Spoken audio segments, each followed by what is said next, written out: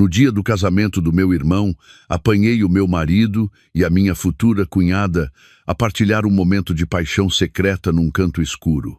Mas, em vez de fazer um escândalo ali mesmo, uni forças com o meu irmão para transformar aquele dia de celebração num palco de revelações inesquecíveis, fazendo com que perdessem tudo em questão de horas. Como pôde um noivo, traído pela sua própria prometida, manter tal compostura? A minha história pode parecer incrível para muitos, mas é a amarga e crua verdade que tive de viver. Era um dia de sol. O hotel de 5 estrelas em Lisboa estava adornado com luxuosas fitas de seda branca e flores frescas. Deslumbrantes candelabros de cristal iluminavam tudo, fazendo-o brilhar como uma cena de conto de fadas. Uma música suave e palavras de bênção enchiam o ambiente. Hoje era o grande dia do meu irmão, João, e da minha futura cunhada, Helena. Como irmã do noivo, Isabel, não conseguia esconder a minha felicidade e orgulho. De pé, num canto do salão de banquetes, sorria ao ver o meu irmão com o seu smoking impecável. O seu rosto atraente resplandecia de felicidade. Ele é 5 anos mais velho do que eu, e desde pequenos sempre cuidou e me protegeu. Depois de os nossos pais falecerem prematuramente, ele foi para mim um pai, um amigo, o meu mundo inteiro. Ver que tinha encontrado um refúgio para toda a vida com uma mulher tão bela e doce como Helena enchia o meu coração de um calor infinito. Helena tinha uma aparência frágil e delicada. Falava em voz baixa e olhava sempre para o meu irmão com admiração. Durante o namoro, tratou-me como uma verdadeira irmã. Pensei que a nossa pequena família estava finalmente completa e que eu também tinha encontrado a minha própria felicidade. O meu marido, Marco, estava ao meu lado, rodeando a minha cintura com o seu braço. Era um arquiteto de talento e, aos meus olhos e aos de todos, o homem perfeito. Estávamos casados há 5 anos e tínhamos um casamento que era a inveja de todos. Sempre foi terno e atencioso, o meu pilar de apoio em todas as tempestades. Ele apertou suavemente a minha mão e sussurrou-me ao ouvido: "O teu irmão está incrível hoje, e a tua cunhada parece um sonho. São um par feito no céu." Sorri, apoiando a cabeça no seu ombro, sentindo a calma familiar. "Sim, espero que sejam tão felizes como nós." Acreditava sinceramente que era a mulher mais sortuda do mundo. Tinha um irmão que me adorava, um marido maravilhoso e em breve teria uma cunhada encantadora. Vivia nessa bolha cor-de-rosa, até que, poucos minutos depois, arrebentei com as minhas próprias mãos. A cerimônia estava prestes a começar. De repente, percebi que o meu marido tinha desaparecido há algum tempo. Queria tirar uma fotografia com os noivos antes que subissem ao palco. Olhei à minha volta, mas não via sua figura familiar. Pensei que talvez tivesse saído para atender uma chamada, então caminhei sozinha até o fim do corredor, onde havia uma pequena varanda com vista para o jardim traseiro do hotel. Era um lugar bastante tranquilo, por isso supus que ele poderia estar lá. À medida que me aproximava, ouvi sussurros misturados com o riso de uma mulher. Aquela voz era-me demasiado familiar. Abrandei o passo, e o meu coração começou de repente a bater um pouco mais rápido. Através da fresta da porta de vidro aberta, que dava para a varanda, vi uma cena que me gelou o sangue. O meu marido, Marco, estava lá, e a mulher que ele segurava nos braços, beijando-a apaixonadamente, não era outra senão a noiva do dia, Helena, a minha futura cunhada. Ela ainda usava o seu imaculado vestido de noiva, mas agora parecia-me incrivelmente repugnante e hipócrita. O tempo pareceu parar. Os meus ouvidos ensurdeceram. Todos os sons à minha volta desapareceram e só consegui ouvir o som do meu coração a estilhaçar-se. Apoiei-me com força na parede fria para não desabar. Tinha um nó na garganta e uma onda de náuseas subiu-me pelo peito. E então a conversa deles chegou aos meus ouvidos. Cada palavra era como uma faca afiada, apunhalando sem piedade o último pedaço de esperança que me restava. És muito atrevido, querido. Encontrarmos-nos aqui a estas horas. A voz de Helena era sedutora. As suas mãos ainda rodeavam o pescoço de Marco.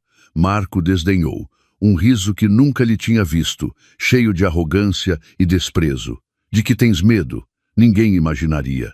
Olha para a família daquela estúpida, ocupados como marionetas. E o irmão dela, esse tal de João, não passa de um tolo apaixonado. Temos tudo sob controlo. Aquela estúpida referia-se a mim. Um tolo apaixonado referia-se ao meu irmão. Cerrei os punhos com força. As minhas unhas cravaram-se na minha carne, mas não senti dor. Ainda assim estou um pouco nervosa, continuou Helena. E se tudo se descobre depois? Além disso, não gosto da ideia de viver contigo e com a tua mulher. Marco riu-se novamente, desta vez com desprezo. Não precisas de ter ciúmes daquela miúda. Casei-me com ela apenas pela etiqueta de ser filha de uma família respeitável e culta, para enganar o mundo. Ela não passa de uma máquina de fazer bebés, o meu escudo. Assim que me der um filho, encontrarei uma maneira de me livrar dela. Em breve, toda a fortuna do João será nossa, e então poderás ter o que quiseres, meu amor. Meu amor. Aquelas duas palavras caíram sobre mim como um raio. Não consegui suportar mais. O meu mundo, as minhas crenças, 5 anos de amor, tudo se tinha feito em pedaços. Num instante, virei-me e comecei a andar como um autômato. Não sabia para onde ia. As lágrimas caíam sem cessar, mas não tinha coragem para chorar em voz alta. Só sentia nojo, um nojo profundo. A caminhar aos tropeções, com a mente em branco, choquei com alguém. Ao levantar a cabeça, através da minha visão turva pelas lágrimas, vi uma figura. Era o meu irmão, o noivo do dia. João, ao ver o meu estado lamentável, franziu ligeiramente as suas atraentes sobrancelhas. Isabel, o que se passa? Aconteceu alguma coisa? Não consegui conter-me mais. Abracei-o e desatei a chorar. Entre soluços abafados, contei-lhe tudo o que acabara de ver e ouvir. Esperava que ele ficasse furioso, que corresse para aquela varanda e partisse tudo, que cancelasse o casamento imediatamente. Mas ele limitou-se a ouvir-me em silêncio, dando-me palmadinhas suaves nas costas com a sua mão grande. Quando parei de chorar, ele afastou-me suavemente e olhou-me diretamente nos olhos. No seu rosto não havia surpresa nem raiva, apenas uma calma assustadora. Secou-me as lágrimas com delicadeza e depois piscou-me um olho, um gesto cúmplice que só nós, os irmãos, entendíamos. Sussurrou-me ao ouvido uma frase que nunca esquecerei na minha vida. Calma, o ato principal está prestes a começar. As palavras do meu irmão João caíram como um trovão nos meus ouvidos, deixando-me tão atônita que até me esqueci de chorar. O ato principal, numa situação tão crítica, quando meu querido irmão estava a ser traído no dia do seu casamento pela noiva e pelo meu marido, como podia ele dizer algo assim com tanta calma? A minha mente era um caos. Pensei que talvez o choque tivesse sido tão grande que ele enlouquecera. Ao ver que eu continuava de pé, atordoada, João não disse mais nada. Simplesmente pegou na minha mão com firmeza e guiou-me até ao fim do corredor, onde ficava a sala de espera do noivo. Olhou à sua volta com cautela e só depois de se certificar de que não havia ninguém, empurrou-me para dentro e trancou a porta. A sala estava decorada com laços brancos e balões, mas o ar no interior era pesado e tenso, quase sufocante. Isabel, ouve-me bem. João virou-se e olhou-me diretamente nos olhos. A sua expressão já não era de uma calma assustadora, era a seriedade e a determinação fria que eu só via quando ele tomava decisões importantes nos negócios. Eu já sabia de tudo isto há muito tempo. Fiquei gelada mais uma vez. Há muito tempo? Como? Como era possível? João suspirou e aproximou uma cadeira para que eu me sentasse. Foi há 3 meses, começou a relatar. Comecei a notar que algo não estava bem. Aquela mulher, a Helena, mostrava um interesse excessivo na gestão da nossa empresa. Perguntava com frequência sobre projetos ou a situação financeira, detalhes que normalmente uma noiva não se preocuparia em saber com tanto pormenor. E o teu marido, o Marco, agia com uma familiaridade anormal com ela. Trocas de olhares subtis, pequenos gestos, coisas que só os envolvidos notariam. Senti um nó no peito. Enquanto eu estava cega de felicidade, o meu irmão tinha detetado em silêncio as perigosas correntes subterrâneas. Tive um mau pressentimento, continuou ele. Então, contratei em segredo um detetive privado, e o que descobriram foi muito mais terrível do que eu imaginava. Não se tratava simplesmente de uma infidelidade, Isabel. Por trás de tudo, havia uma conspiração meticulosamente calculada. João abriu o telemóvel e mostrou-me várias fotografias e documentos. Eram fotos de Marco e Helena em encontros secretos em lugares luxuosos. Havia também extratos bancários que mostravam grandes somas de dinheiro transferidas de uma conta não identificada para a de Helena. E o que mais me horrorizou foi um plano detalhado encontrado nos e-mails de Marco. O plano estava organizado por fases. Primeiro, Helena seduziria o meu irmão com a sua beleza e falsa doçura para se casar com ele e tornar-se oficialmente parte da nossa família. Ao mesmo tempo, Marco, como meu marido, usaria a minha confiança para filtrar, pouco a pouco, informação interna da empresa. O objetivo final era que, depois do casamento, Helena convencesse João a confiar a Marco a gestão de vários projetos importantes. Dessa forma, poderiam conspirar para desviar fundos da empresa, criar dívidas fantasma e, finalmente, levar à falência a companhia que os nossos pais nos deixaram para ficarem com tudo. Senti o sangue gelar-se nas minhas veias.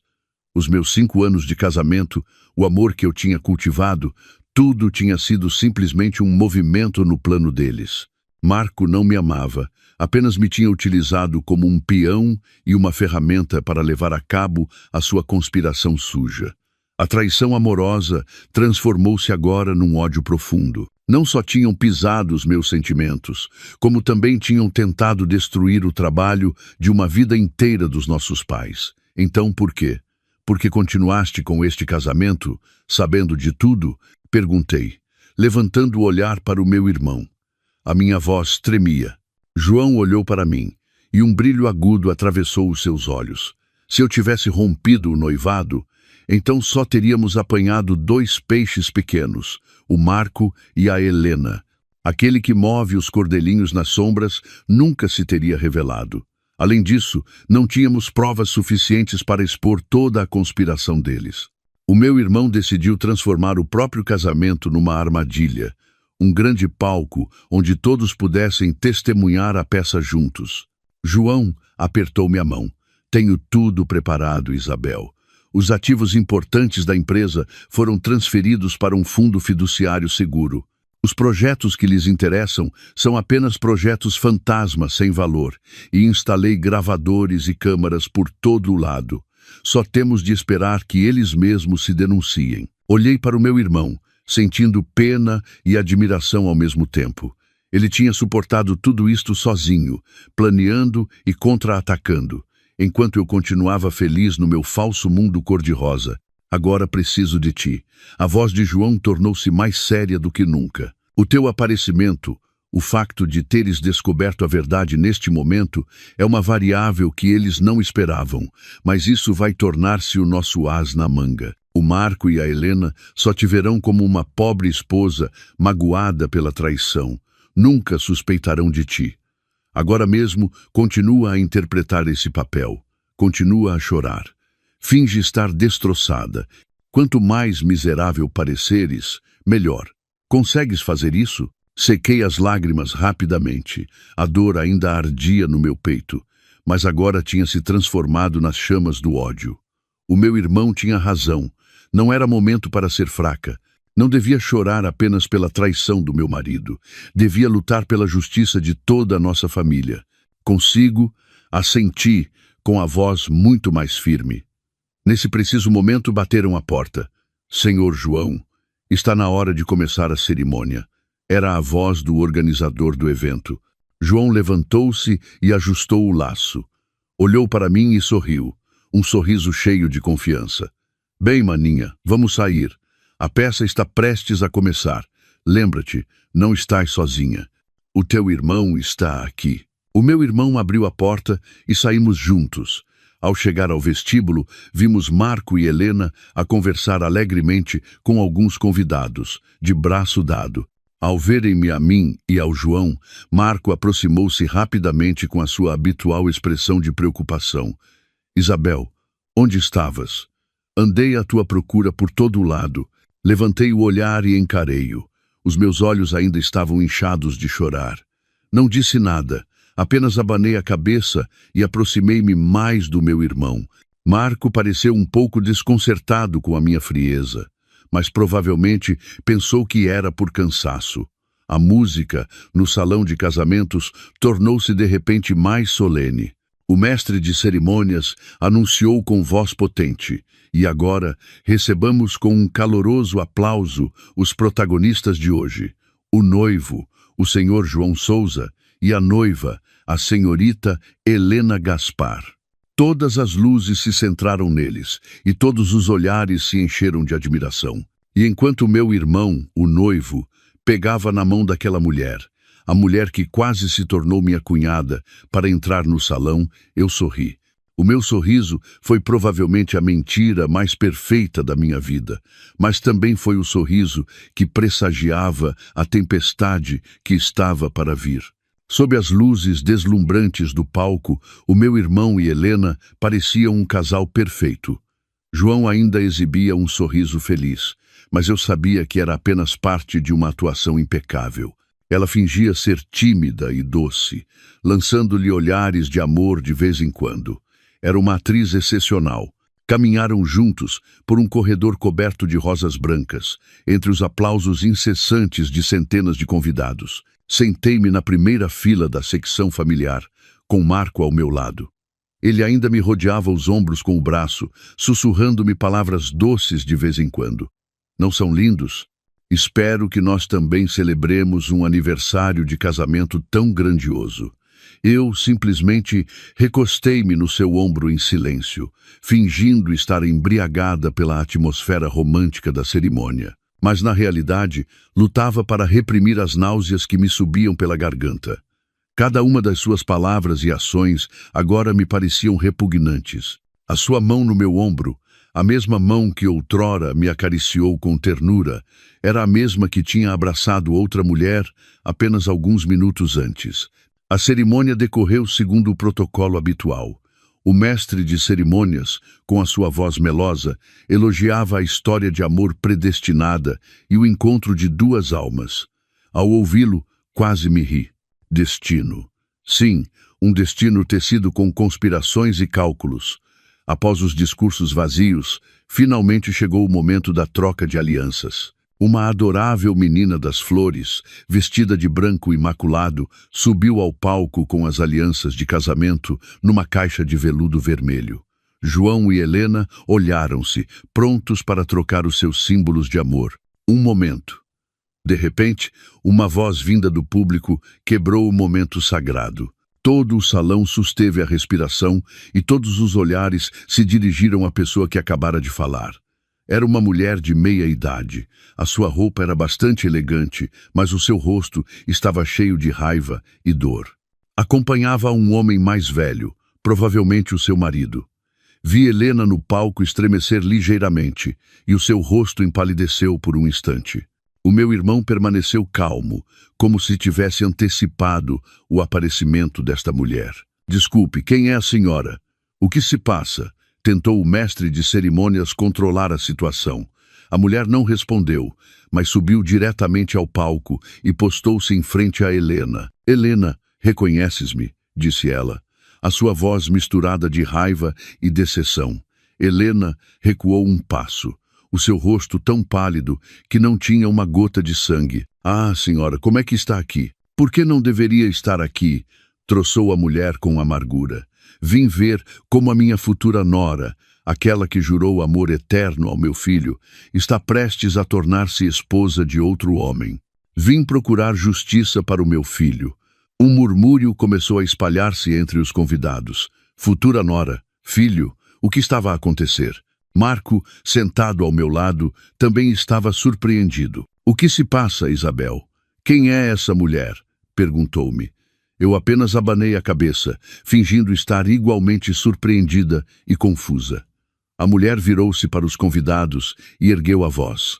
Minhas senhoras e meus senhores, lamento interromper este dia feliz, mas há algo que devo dizer. Esta senhorita no palco, Helena, era a noiva do meu filho. Amaram-se durante 5 anos, celebraram o noivado e só esperavam a data do casamento. Mas, em apenas alguns meses, ela mudou de ideias e foi-se embora com um homem mais rico, deixando o meu filho mergulhado numa dor terrível. Ao terminar, tirou um maço de fotos da sua bolsa e atirou-as para o palco. Espalharam-se fotos de Helena com outro homem em atitude carinhosa. Havia também fotos da sua festa de noivado. Um ó coletivo ressoou por todo o salão. Agora, todos os olhares que se pousavam na noiva não eram de admiração, mas de curiosidade, dúvida e reprovação. Helena ficou paralisada no palco, com o rosto branco como papel. Tentou explicar-se, gaguejando. Não é isso. Essa pessoa e eu terminamos há muito tempo. Terminamos? Troçou de novo a mulher. Que descarada, agora mentes. Há apenas 3 meses, tiraste dinheiro ao meu filho para ir às compras e investir. Enganaste-o e usaste-o. Como podes traí-lo assim agora? Helena não conseguiu dizer nada e olhou para João com olhos suplicantes. Mas o meu irmão, o noivo e aquele que deveria estar mais zangado, simplesmente cruzou os braços e olhou para ela com uma frieza e uma distância desconhecidas. Eu, sentada cá embaixo, observava a peça em silêncio. Sabia que este era o primeiro ato que o meu irmão tinha preparado. Ele tinha encontrado o ex-noivo abandonado por Helena e tinha convidado a mãe dele aqui. Queria arrancar a máscara de inocência e pureza de Helena diante de todos. Ao ver que a situação lhe estava a fugir do controle, Helena levou de repente a mão ao peito, cambaleou e desabou no palco, fingindo um desmaio. Meu Deus, a noiva desmaiou, gritaram alguns. A família de Helena, que eu sabia não passar de atores contratados, correu para o palco, criando uma cena caótica. No meio de tudo, João aproximou-se lentamente e olhou para a desmaiada Helena. Não mostrava qualquer preocupação, mas esboçou um ligeiro sorriso. Tirou o microfone ao atônito mestre de cerimônias. Minhas senhoras e meus senhores, a sua voz ressoou firme e clara, silenciando todo o ruído. Lamento ter-vos mostrado uma peça tão desagradável, mas acredito que a verdade deve sempre vir à tona. Olhou para Helena, que estava a espiar a reação das pessoas. Atuas muito bem, senhorita Helena, mas creio que é hora de pôr fim a esta farsa. As suas palavras foram como um balde de água fria para todos. Helena, surpreendida, fechou os olhos rapidamente, mas já era tarde demais. Todos a tinham visto.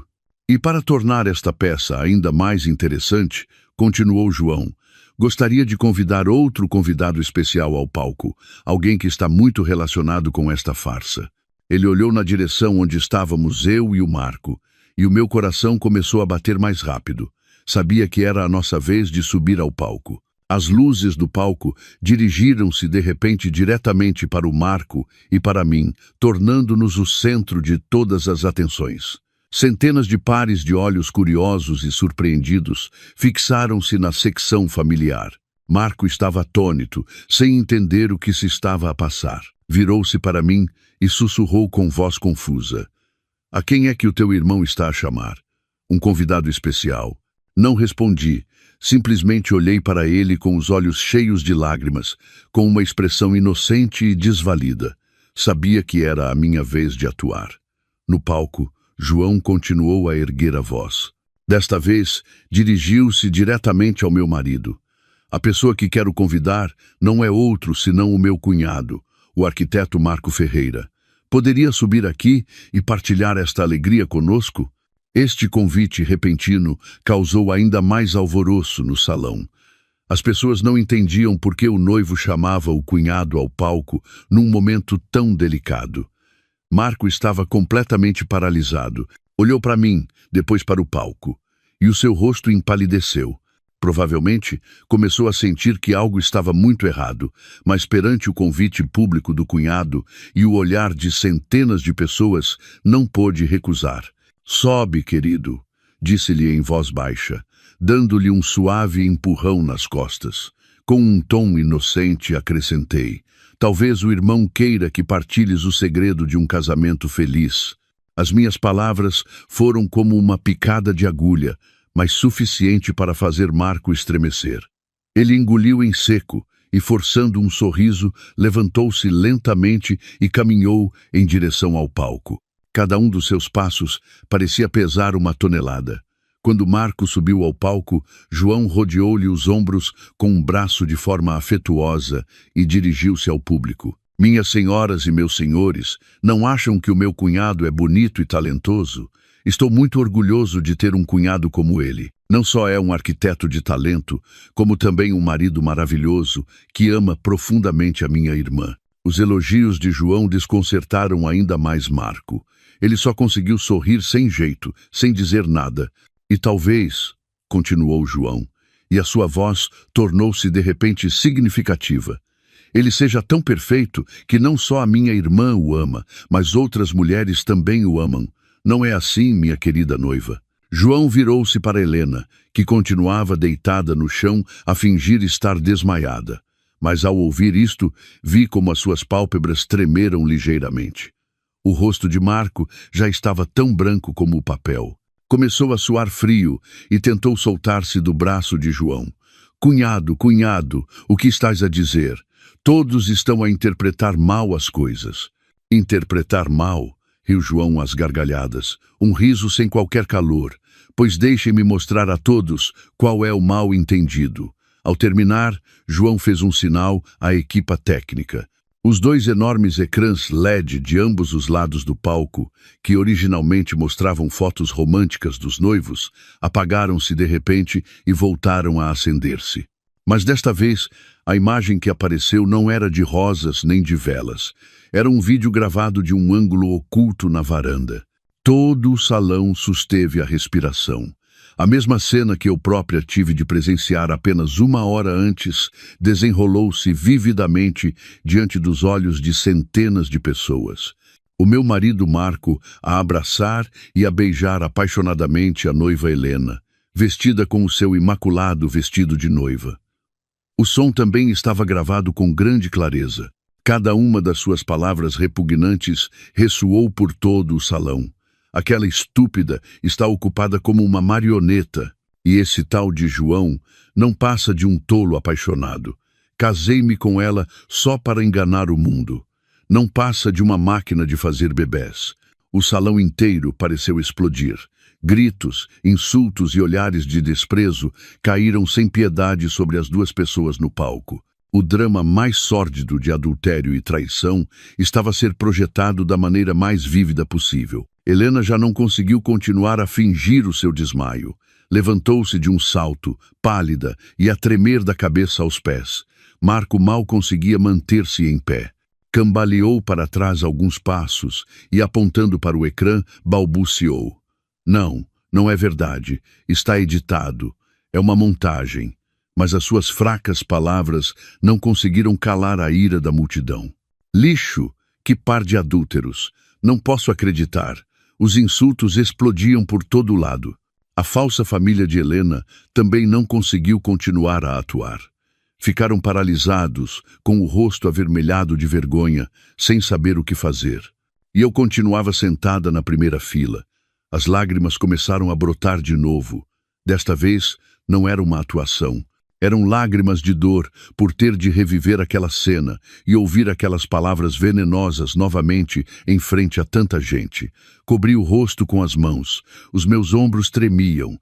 Tinha de mostrar a imagem da vítima miserável, a esposa completamente destroçada perante a cruel verdade. No palco, João olhou para mim e um vislumbre de compaixão atravessou os seus olhos, mas foi rapidamente substituído por uma fria determinação.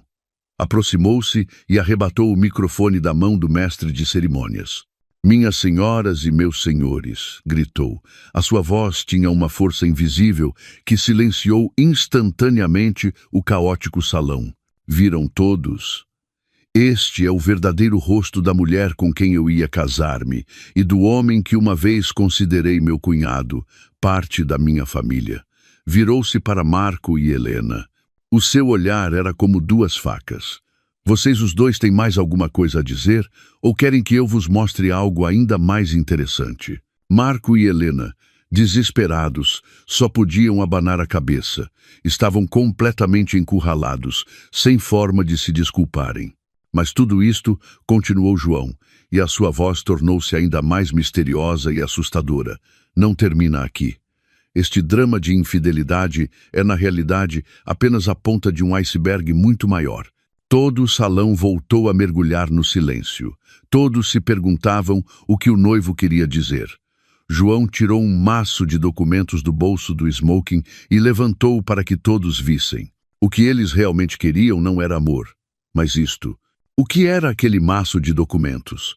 E que relação tinha com a pessoa que, segundo meu irmão, movia os cordelinhos nas sombras? Todos os olhares se fixaram no maço de papéis na mão do meu irmão, esperando que uma verdade ainda mais terrível fosse revelada. O maço de documentos na mão de João era como um objeto misterioso que capturou a atenção de todos no salão.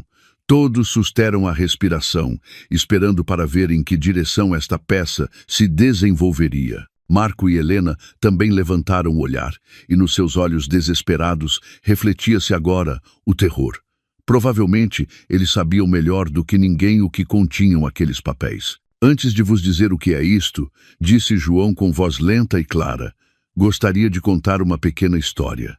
A história de uma velha e astuta raposa que usou 2 gambás para roubar um galinheiro. Ele percorreu o salão com o olhar, lançando um olhar penetrante a alguns dos convidados sentados na secção VIP. Notei que um homem de meia idade, de rosto corpulento e vestido com um elegante fato cinzento, de repente ficou um pouco tenso, tossiu ligeiramente e ajustou a gravata. A raposa, continuou João, sabia que o galinheiro estava muito bem protegido, por isso não se atreveu a agir por si mesma. Por isso, encontrou 2 gambás, um gambá macho e uma fêmea. Prometeu-lhes uma vida de abundância, comida e roupa quente. Só tinham de o ajudar a executar um plano. O gambá fêmea tinha a missão de seduzir o galo-chefe, o futuro dono do galinheiro. O gambá macho tinha a missão de cortejar a irmã do galo-chefe, uma galinha ingênua, para se tornar parte da família. Ao ouvir isto, já não precisei de atuar. As lágrimas brotaram de verdade. A história metafórica do meu irmão era como outra faca a cravar-se na minha dor. Eu era essa galinha ingênua. O seu objetivo final, a voz de João, tornou-se ainda mais fria. Era, depois de ganhar a confiança deles, abrir lentamente as portas e quebrar as cercas para que a velha raposa de fora pudesse entrar tranquilamente e apoderar-se de todo o galinheiro. Não é um plano perfeito? Ele olhou diretamente para Marco e Helena. Vocês, os 2 gambás. Esta história soa-vos familiar? Marco e Helena não conseguiram dizer nada, apenas baixaram a cabeça. E isto que tenho nas minhas mãos, João levantou o maço de documentos. É o plano detalhado e o mapa que a velha raposa lhes desenhou. O mapa que lhes diz que caminho tomar e onde quebrar a cerca. Este é o plano completo para se apoderarem do Grupo Souza, o trabalho de uma vida dos nossos pais. Ele passou os documentos um por um, projetando o seu conteúdo diretamente no grande ecrã. Números, gráficos e sujas estratégias empresariais apareceram com clareza. O seu plano não se limitava a desviar fundos da empresa, incluía criar falsos escândalos, minar a credibilidade de João e fomentar divisões internas para, finalmente, criar as condições para que uma empresa concorrente adquirisse o Grupo Souza a um preço de saldo. E o nome dessa empresa concorrente também estava escrito com toda a clareza: Império Dourado. Todo o salão voltou a murmurar. Império Dourado não era um nome desconhecido no mundo dos negócios. Era uma força emergente que tinha ascendido rapidamente com movimentos audaciosos e controversos. E o homem de fato cinzento, que tinha mostrado um comportamento estranho antes, não era outro senão o presidente do Império Dourado, o Sr. Moraes. Agora, todos os olhares se dirigiam para ele. O Sr. Moraes empalideceu, mas tentou manter a compostura. Levantou-se, arranjou a roupa e tentou abandonar o salão. Sr. Moraes, para onde vai com tanta pressa? A voz de João foi como uma corda invisível que lhe atou os tornozelos. Ainda falta o melhor. Não vai querer perder. O Sr. Moraes virou-se e esboçou um sorriso de negócios sem jeito. Presidente Souza, creio que há um mal-entendido. Não tenho nada a ver com os assuntos internos da sua empresa. Nada a ver? Riu friamente João. Então, como explica as suas reuniões secretas com estas duas pessoas e o dinheiro que enviou à senhorita Helena para que ela pudesse fazer-se passar por uma rapariga rica? E a promessa de um cargo de diretor de projetos ao senhor Marco, se tudo corresse bem? Cada pergunta de João era um golpe contundente que fazia com que o senhor Moraes mal se conseguisse manter em pé. Eu sabia que o meu irmão não falava por falar, que tinha todas as provas nas suas mãos. Nesse preciso momento, dois homens vestidos à paisana, que pareciam polícias, aproximaram-se lentamente da mesa do senhor Moraes. Não disseram nada, apenas o olharam fixamente com um olhar solene. O senhor Moraes percebeu que todas as suas vias de escape estavam bloqueadas. Desabou na sua cadeira com a testa encharcada de suor. A peça que ele tinha construído com tanto esmero estava prestes a terminar. A velha raposa finalmente tinha sido encurralada. Eu, sentada cá embaixo, observei tudo.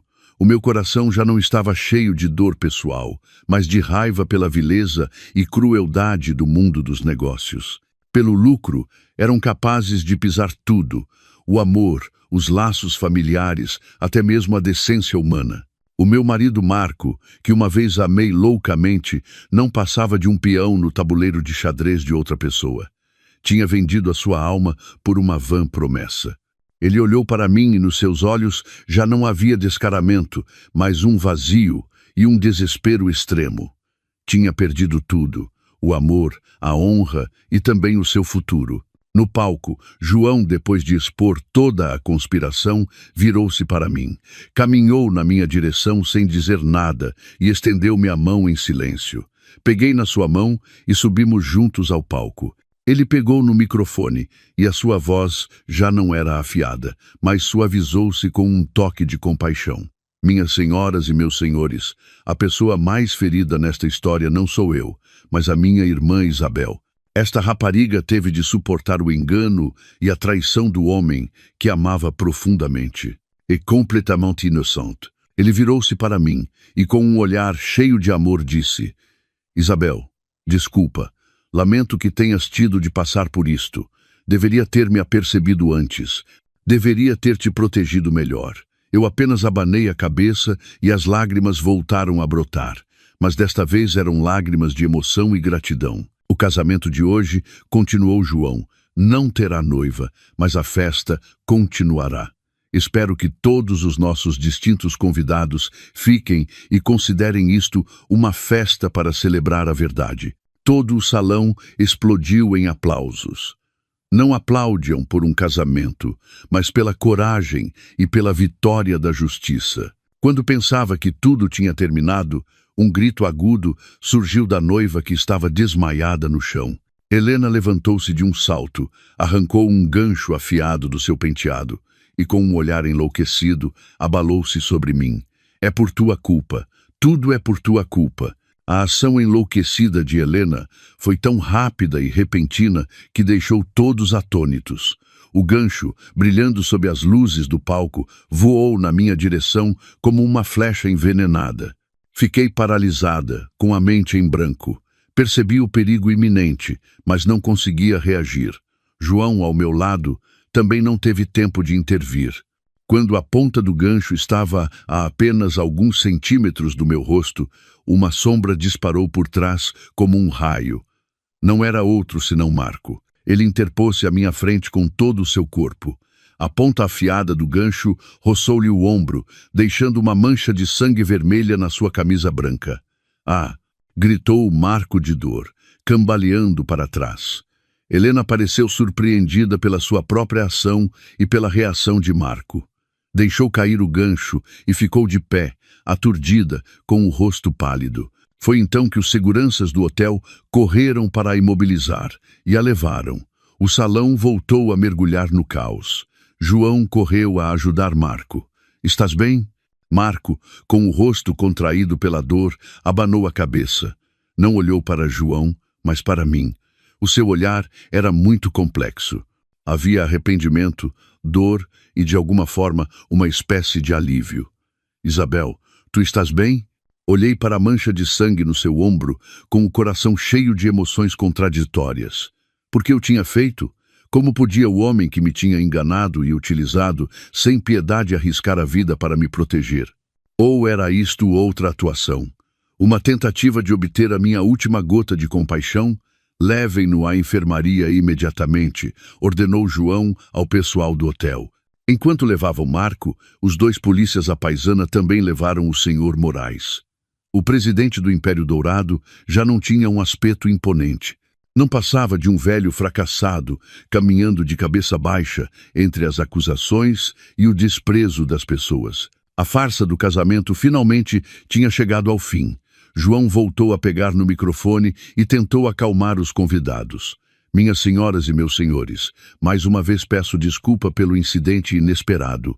A nossa festa terá de terminar aqui. Em nome da família, agradeço sinceramente a todos a vossa presença."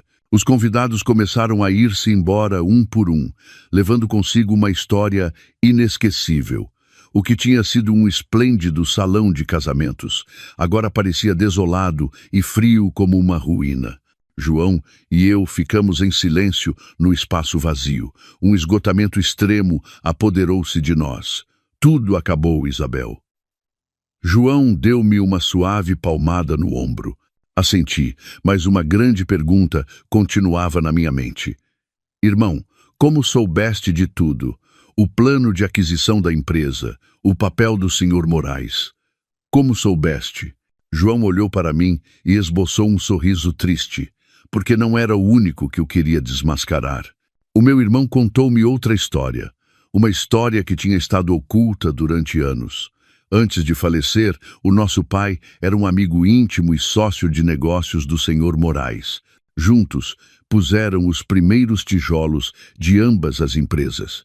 Mas foi esse mesmo senhor Moraes que, com artimanhas sujas, enganou o nosso pai para ficar com todas as suas ações e levá-lo à falência. Esse golpe fez com que o nosso pai adoecesse e, pouco depois, a sua saúde deteriorou-se e ele faleceu. Sempre tive as minhas dúvidas sobre a morte do meu pai. A voz de João tornou-se mais grave. Depois de herdar a empresa, comecei a investigar em segredo e, pouco a pouco, fui encontrando provas dos seus crimes. Mas ele era demasiado astuto e ocultou todos os vestígios habilmente. Nunca tive provas suficientes para o afundar. Até que apareceu a Helena, continuou o meu irmão. No início, também me deixei enganar pela sua aparência inocente, mas percebi que havia demasiadas coincidências. Mencionava sempre de passagem os projetos em que o Império Dourado competia conosco.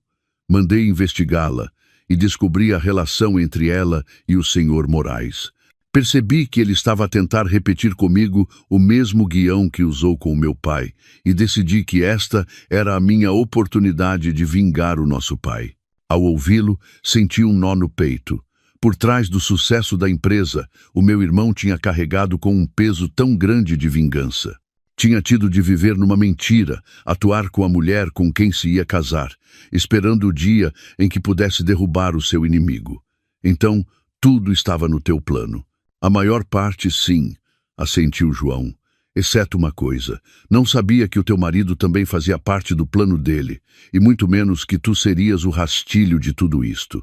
O teu aparecimento, a tua coragem, foi a variável inesperada, o golpe decisivo que o fez cair sem que ele tivesse tempo de reagir. O meu irmão olhou para mim com orgulho. Minha irmã mais nova, realmente cresceste. Esbocei um sorriso entre lágrimas. Tínhamos ganho, juntos como irmãos. Tínhamos ganho. Pouco depois, um funcionário do hotel veio informar-nos de que Marco tinha recebido os primeiros socorros. A ferida não era profunda, mas tinha de ir ao hospital para receber uma vacina antitetânica e um check-up mais exaustivo. Disse que queria falar comigo a sós por um momento antes de ir. Hesitei um pouco, mas finalmente assenti. No final, queria saber se restava alguma sinceridade nele. Entrei na enfermaria. Marco estava sentado numa maca com o ombro enfaixado. Parecia desalinhado. O seu fato de marca estava amarrotado e abandonado, a camisa manchada de sangue e o rosto sem qualquer vitalidade. Ao ver-me, levantou a cabeça com um olhar cheio de culpa. Eu, lamento, Isabel. De que serve um pedido de desculpas agora? Perguntei com frieza. Não espero que me perdoes, disse ele, baixando a cabeça. Só queria dizer-te uma coisa. O momento em que saltei para te proteger foi sincero. Não era uma atuação. Olhei para ele em silêncio. Durante os últimos 5 anos, continuou com voz rouca. Vivi numa mentira. Aproximei-me de ti por causa do plano do Sr. Moraes, por dinheiro. Mas depois comecei a sentir algo de verdade por ti. A tua doçura, a tua bondade, tocaram o meu coração. Mas já estava demasiado metido. Não podia voltar atrás. Queria-te a ti e também queria o dinheiro e o estatuto. A ganância toldou a minha razão. Levantou o olhar para mim e as lágrimas começaram a brotar. Hoje, perante o perigo, percebi. A única coisa que queria proteger eras tu, mas já é tarde demais para tudo. Ouvi a sua confissão tardia, sem sentir qualquer emoção no meu coração. Amor, talvez tenha havido, mas a traição e o dano que me causou tinham matado esse amor. Guarda essas palavras para o juiz, disse com voz inexpressiva. Entre nós, tudo acabou. Virei-me e saí, deixando-o sozinho com o seu arrependimento e as suas lágrimas tardias. No momento em que a porta da enfermaria se fechou, a porta dos meus 5 anos de casamento também se fechou oficialmente e para sempre. Uma semana depois do tempestuoso casamento, tudo começou a acalmar gradualmente, mas as sequelas continuavam a ser enormes. O caso do Império Dourado tornou-se um escândalo que abalou o mundo empresarial. O Sr. Moraes, Helena e vários outros altos executivos foram detidos e investigados por fraude, apropriação indevida e espionagem industrial. Apesar do seu ato de me salvar, Marco não pôde escapar ao seu envolvimento. Como peça-chave do plano, foi chamado a depor e enfrentou a inevitável justiça. Apresentei o pedido de divórcio, e todo o processo decorreu rapidamente e sem disputas. Decidimos vender a nossa casa, o único bem comum de valor. Não queria conservar nada que me recordasse um passado cheio de mentiras. Depois de tudo resolvido, senti que precisava de um tempo para mim. Decidi fazer uma viagem sozinha, ir a um lugar muito distante para clarear a mente e começar uma nova vida. Escolhi o Algarve, a Costa da Calma, um lugar suficientemente tranquilo para curar as minhas feridas. Durante os meus dias no Algarve, não visitei muitos lugares. Simplesmente passei o tempo a passear pela praia, a sentar-me em pequenos e bonitos cafés, a ler e a escrever. Depois de tantas tempestades, percebi que o que realmente precisava era de paz de espírito. E numa tarde fresca, enquanto estava sentada num café de madeira com vista para o mar, a esboçar ideias para um novo projeto da empresa, uma voz familiar soou ao meu lado. Olá, que mundo pequeno. Levantei o olhar e surpreendi-me. Era o polícia que tinha tratado do meu acidente de carro naquele dia. A sua aparição repentina desconcertou-me um pouco. Já não vestia o seu uniforme rigoroso, mas um confortável casaco, caqui e calças de ganga. Parecia muito mais jovem e próximo. O vento da tarde algarvia agitava ligeiramente o seu cabelo escuro e espesso. Olá, sorri, tentando esconder a minha surpresa. Que coincidência encontrar-lo aqui. Está de férias? Quase se poderia dizer que sim, respondeu ele. Um sorriso suave revelou uma ligeira covinha.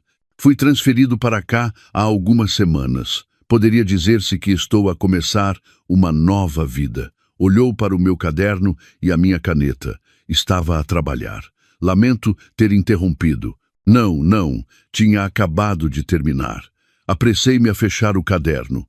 Então, ele hesitou um pouco. Importa-se se me sentar aqui um momento?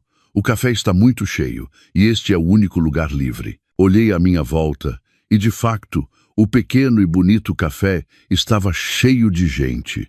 Sim, claro. Sente-se. Ele aproximou uma cadeira e sentou-se à minha frente, pedindo um galão quente. Houve um silêncio um pouco constrangedor entre nós. Não sabia o que dizer, e ele também parecia estar à procura de um tema de conversa adequado. No casamento daquele dia, finalmente quebrou o silêncio. Eu vi tudo. Foi muito corajosa. As suas palavras surpreenderam-me um pouco. Pensei que ele só tinha vindo tratar do caso e surpreendeu-me que tivesse reparado em outras coisas. Obrigada. Felizmente, tudo passou. Sou o David. Apresentou-se de repente. Isabel, respondi. Prazer em conhecê-lo, David. Começamos a falar. No início, eram apenas conversas leves sobre o Algarve, o trabalho e passatempos pessoais. Mas pouco a pouco a conversa foi se aprofundando. David contou-me por que tinha sido transferido. Depois de anos a trabalhar no ambiente estressante de Lisboa, sentia-se esgotado e queria viver e trabalhar num lugar mais tranquilo. Amava as montanhas, as florestas e o ar puro da região. Eu também partilhei a minha história, não os dolorosos detalhes da traição, mas a minha decisão de deixar a cidade e o meu desejo de encontrar um novo equilíbrio na vida. Percebemos que tínhamos algo em comum. Ambos estávamos numa jornada para encontrar um novo começo. David era uma pessoa muito atraente para conversar. Era inteligente e divertido, mas nos seus olhos havia algo tranquilo e profundo, próprio de alguém que já viveu muito. Falar com ele fez-me sentir muito confortável, uma sensação que não experimentava há muito tempo. O céu começou a escurecer e as luzes amarelas e quentes do café acenderam-se, criando um ambiente muito romântico. Não sei há quanto tempo estivemos a falar. Já é tarde, disse David, olhando para o relógio. Tenho de voltar para o posto. Foi um prazer falar consigo, Isabel. Igualmente sorri. Este fim de semana, voltou a hesitar. Estou a planear uma caminhada pela Serra da Arrábida. E estava a pensar se, caso não esteja ocupada, gostaria de vir. O seu convite fez o meu coração dar um salto. Caminhada? Nunca fiz. Pois com mais razão deveria experimentar. Sorriu ele. O ar lá é incrível. Ajuda a libertar todo o estresse. Pensei por um momento e depois assenti. Sim, adoraria. Depois desse encontro casual, David e eu tivemos o nosso primeiro encontro. Subimos juntos a serra, passeamos por extensos pinhais e descobrimos pequenos restaurantes escondidos nas ruelas de Lisboa. Com David ao meu lado, já não era a mulher que tinha de se fazer de forte, aquela que devia desconfiar de todos. Ele dava-me uma estranha sensação de segurança e paz. Não me perguntou pelo meu passado, nem me fez reviver memórias dolorosas. Simplesmente ficou ao meu lado em silêncio, partilhando comigo as pequenas alegrias da vida. Os sentimentos entre nós cresceram de forma natural e suave, como a névoa matinal do Algarve.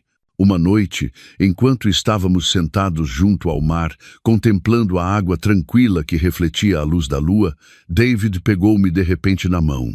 Isabel, a sua voz soou grave e quente. Sei que passaste por muito. Não quero remexer em velhas feridas. Só quero dizer-te que, se me permitires, gostaria de ser a pessoa que escreve contigo um novo capítulo da tua vida. Um capítulo cheio de alegria e felicidade. Olhei para os seus olhos sinceros e o meu coração comoveu-se. As lágrimas voltaram a brotar, mas desta vez eram lágrimas de felicidade.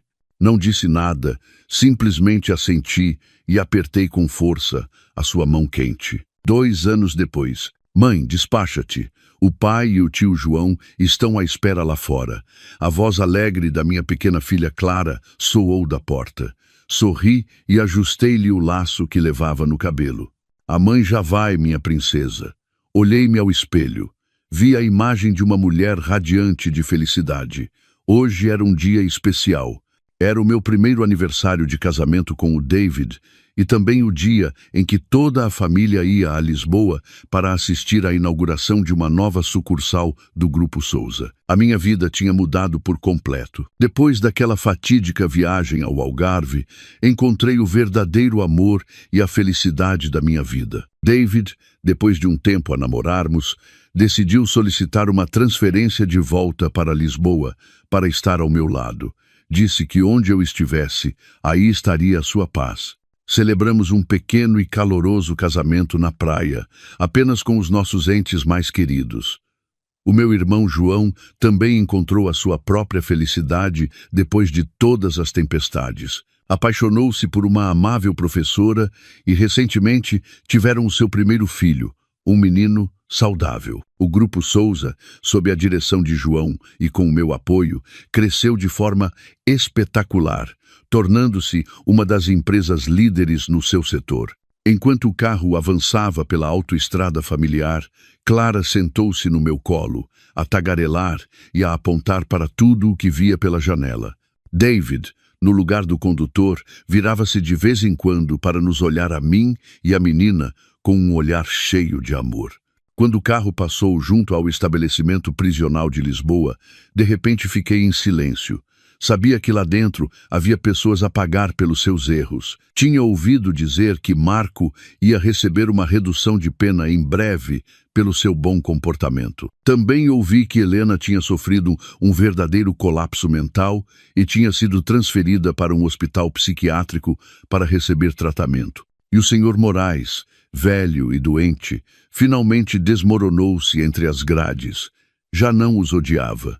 O meu coração agora estava cheio de paz. Todo o ódio tinha ficado para trás e o amor e o perdão tinham ocupado seu lugar. A festa de inauguração foi um grande sucesso. No meio do ambiente buliçoso, recebi um belo ramo de rosas brancas sem remetente. Dentro havia um pequeno cartão com uma caligrafia trêmula, própria de uma pessoa mais velha. Parabéns, que sejas muito feliz. Eu soube quem era. Provavelmente alguém, em algum lugar, estava a observar-me e a desejar-me sinceramente o melhor. Naquela noite, depois da festa, quando Clara já dormia profundamente, David e eu ficamos na varanda do hotel, a contemplar as luzes brilhantes da noite de Lisboa. Ele abraçou-me por trás e apoiou o queixo no meu ombro. Obrigado, sussurrou ele, por chegares à minha vida, por fazeres com que os meus dias tenham sentido. Sorri, virei-me e apoiei a cabeça no seu peito firme. Eu é que deveria estar mais agradecida. Obrigada por curares todas as feridas que havia em mim. Abraçamo-nos em silêncio, sentindo plenamente a felicidade do presente. A vida é realmente como uma longa viagem, com inúmeras bifurcações imprevisíveis.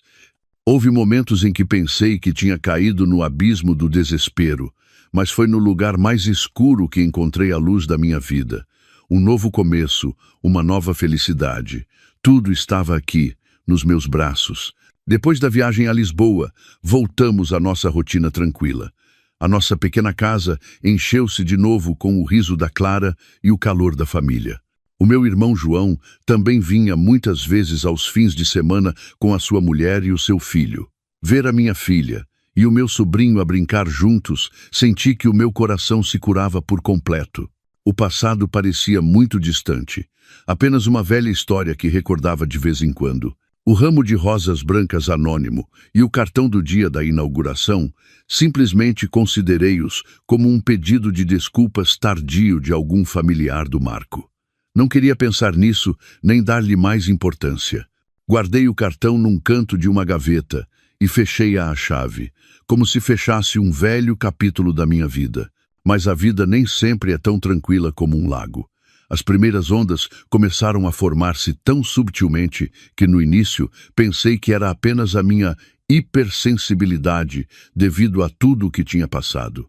Às vezes, enquanto conduzia pela rua, tinha a sensação de que um familiar carro preto me seguia. mas quando olhava mais de perto pelo retrovisor, o carro desaparecia entre o trânsito. Uma vez, enquanto brincava com a Clara num parque perto de casa, senti um olhar fixo em mim e na minha filha de um banco distante. Era uma mulher de meia idade, vestida de forma muito elegante, com um chapéu de abas largas e óculos de sol que lhe cobriam parte do rosto. Quando olhei para ela de novo, ela virou a cabeça imediatamente e abandonou o parque apressadamente. Quando contei isto ao David, ele simplesmente riu e abraçou-me. Estás outra vez a pensar demasiado. Agora és uma diretora de sucesso e bonita. É normal que algum admirador te olhe. Mas eu sabia que o meu marido dizia aquilo para me tranquilizar. O seu instinto policial também o fazia estar em alerta, em silêncio. Vou verificar as câmaras de segurança à volta de casa. Nunca é demais ser precavido, acrescentou ele. Esse incidente também ficou rapidamente no esquecimento. Até o segundo aniversário da Clara. A festa foi íntima, em casa, apenas com a família do João, nós e alguns amigos próximos. Enquanto todos cantavam alegremente os parabéns, de repente tocou a campainha. David foi abrir e voltou com uma caixa de presente muito bem embrulhada na mão, mas a sua expressão era um pouco estranha. É de um serviço de entregas, disse ele. É um presente para Clara, mas não tem o nome do remetente. Todos ficamos surpreendidos. Peguei na caixa de presente e uma vaga inquietação apoderou-se de mim. A caixa estava embrulhada num papel de presente de alta qualidade, atada com uma fita de seda rosa muito elaborada. Claramente, o remetente tinha se esmerado muito. Será de algum parceiro de negócios que te aprecia, supôs o João. Eu também pensei nisso. Provavelmente era um presente de negócios. Abri a caixa com cuidado sob o olhar curioso de todos. Dentro, sobre um veludo macio, havia uma pequena e bonita pulseira de ouro branco, feita com grande delicadeza. O pendente da pulseira era uma flor de lótus finamente esculpida, com um pequeno diamante no centro que brilhava sob a luz. Era um presente muito valioso, mas o que me deixou gelada não foi o seu valor, mas o pequeno cartão que o acompanhava. A caligrafia do cartão era suave, elegante e muito familiar. Abri o cartão com as mãos a tremer e dentro havia uma única linha curta. Feliz aniversário à nossa pequena, da sua avó. A nossa pequena, da sua avó. A palavra avó foi como um raio que atingiu a minha mente. Quem era a avó? A minha mãe tinha falecido. A minha sogra, a mãe do David, vive no campo e não tem uma caligrafia tão refinada, e muito menos a minha ex-sogra. Trêmula, peguei no cartão e comparei-o com a caligrafia do cartão do ramo de rosas brancas que recebi na inauguração. Eram idênticas. Era a mesma pessoa, uma pessoa que se autodenominava a avó da minha filha. Isabel, o que se passa? Estás pálida como o papel. David sacudiu-me o ombro com preocupação. Não respondi, simplesmente mostrei-lhe o cartão. David leu o cartão e depois franziu as suas atraentes sobrancelhas. Pegou na pulseira e examinou-a com atenção. Isto é muito estranho, disse ele. Quem é esta pessoa? Como sabe o aniversário da Clara e lhe envia um presente tão caro? Desabei na cadeira com a mente num turbilhão. Imagens dispersas vieram-me de repente à mente. O carro preto que me seguia, a misteriosa mulher no parque, o ramo de rosas brancas anônimo e agora uma pulseira de ouro branco com uma nota que dizia da sua avó. Tudo isto não era uma coincidência. Alguém, uma mulher, estava a observar em silêncio a minha vida e a da minha filha. Sabia muito sobre nós. Era muito rica e fazia-se chamar a avó da Clara. Mas como era possível? A minha mãe tinha falecido há anos, num terrível acidente de viação. Eu mesma vi a foto do seu funeral e, juntamente com o João, celebramos o seu enterro. Não podia haver nenhum erro. Então, quem era esta mulher? Um parente distante que eu não conhecia ou um segredo muito mais terrível do qual eu não tinha a menor ideia? Olhei para minha pequena filha. Clara continuava a rir e a tagarelar inocentemente, completamente alheia à tempestade que se estava a formar silenciosamente à sua volta. Senti um nó no peito. Não permitiria que ninguém fizesse mal à minha filha. Tinha de descobrir a verdade. Quem quer que fosse essa misteriosa mulher, qual fosse o seu propósito, eu tinha de a encontrar. A vida tranquila que tanto me tinha custado a conseguir parecia enfrentar de novo uma nova tempestade. Uma tempestade que soprava do mesmo passado que eu julgava conhecer tão bem. O misterioso presente de aniversário quebrou por completo o ambiente alegre da festa. Depois de todos os convidados se irem embora, ficamos em casa apenas nós e a família do João. O meu irmão examinou a pulseira, o rosto tão sério como o meu. Isto não é um assunto simples, disse ele em voz baixa. Uma pulseira de bebê, feita por medida como esta, de ouro branco e com um diamante, deve custar milhares de euros. Esta pessoa não é alguém comum. A minha cunhada, uma mulher sábia e delicada, também falou. Não poderia ser alguém da família do teu ex-marido, Isabel. Talvez estejam a tentar aproximar-se da menina dessa maneira. É impossível, abanei a cabeça com firmeza. Não tem motivos para o fazer e, mais importante, esta caligrafia não é a deles. David permaneceu em silêncio por um tempo, pensativo, e finalmente falou com a seriedade própria de um polícia. A primeira coisa que temos de fazer é rastrear a origem deste presente. Levarei a caixa e o embrulho ao laboratório de criminalística. Talvez se encontrem impressões digitais ou outras pistas. E vou rever todas as câmaras de segurança das ruas próximas da nossa casa hoje para rastrear o veículo do serviço de entregas. João assentiu, concordando. Certo. Eu também usarei os meus contactos para perguntar aos principais joalheiros se alguém reconhece este design de pulseira. O design de Lotus é bastante único. É provável que seja uma encomenda personalizada. A nossa conversa chegou a um impasse. Embora tenhamos levantado várias hipóteses, nenhuma conseguia explicar o aparecimento desta pessoa que se autodenominava avó.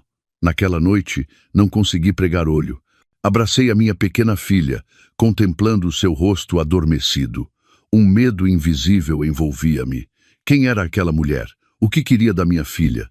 Teria más intenções? Os dias seguintes decorreram num estado de ansiedade e preocupação. David e João fizeram tudo o que podiam para investigar, mas todas as pistas pareciam levar a um beco sem saída. O serviço de entregas era uma pequena empresa, e o remetente tinha pago em dinheiro e usado um nome falso. As câmaras de segurança só mostravam um estafeta comum, nada de especial. Nenhum joalheiro reconheceu o design da pulseira. A misteriosa mulher parecia ter calculado tudo meticulosamente, sem deixar rasto. Ao ver que a investigação estava estagnada, senti-me ainda mais ansiosa. Decidi que não podia continuar a esperar passivamente. Tinha de encontrar as respostas por mim mesma. Decidi começar pelo meu passado, pelo que sabia da minha mãe. Pedi uns dias de férias, deixei a Clara com a minha sogra e voltei sozinha à antiga casa dos meus pais, na aldeia onde eu e o meu irmão crescemos. Há muito tempo que não voltava. A casa continuava igual, coberta pelo pó do tempo, mas cada canto evocava memórias calorosas da minha mãe.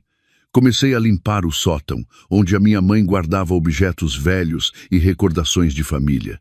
Esperava encontrar entre esses objetos, aparentemente insignificantes, alguma pista sobre a mulher misteriosa, algum segredo que a minha mãe nunca nos contou. Folheei os velhos álbuns de fotografias, um por um, fotos a preto e branco, fotos a cores desbotadas.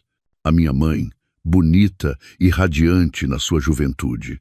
Os meus pais, felizes no dia do casamento. E fotos do João e de mim em crianças, sorrindo inocentemente nos braços dos nossos pais. Revi às vezes sem conta, mas não vi nenhuma mulher de aspecto luxuoso e desconhecido. Quando estava prestes a desistir, a minha mão tropeçou numa pequena caixa de madeira escondida no fundo de um velho baú.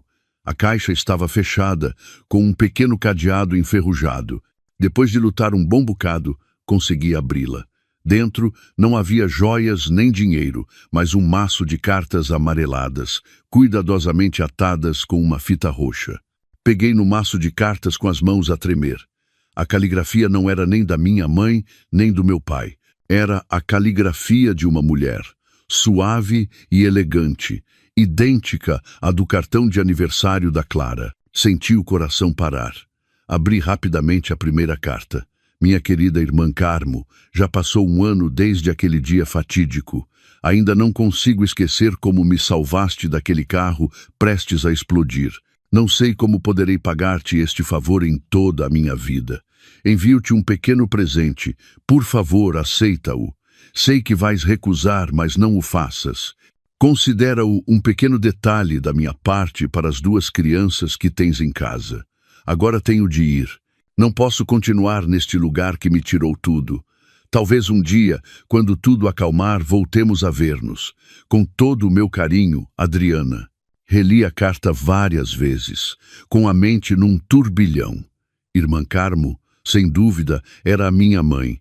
Um acidente de viação, uma salvadora. A minha mãe nunca nos tinha contado essa história. E Adriana? Quem era essa mulher? Por que escrevia a minha mãe? Rapidamente, li as cartas seguintes. Eram cartas enviadas do estrangeiro, de França e da Suíça. Adriana contava à minha mãe sobre a sua nova vida, a sua solidão, o tormento de ter tido de abandonar o seu lar. Perguntava sempre pelo João e por mim, e enviava-nos sempre presentes caros, presentes que provavelmente a minha mãe nunca nos disse que tínhamos. A última carta estava datada de há cerca de 5 anos, e a caligrafia era um pouco mais trêmula. Irmã Carmo, creio que me resta pouco tempo. Esta doença atormentou-me durante demasiado tempo. A única coisa que lamento é nunca ter voltado para cuidar dos meus 2 filhos.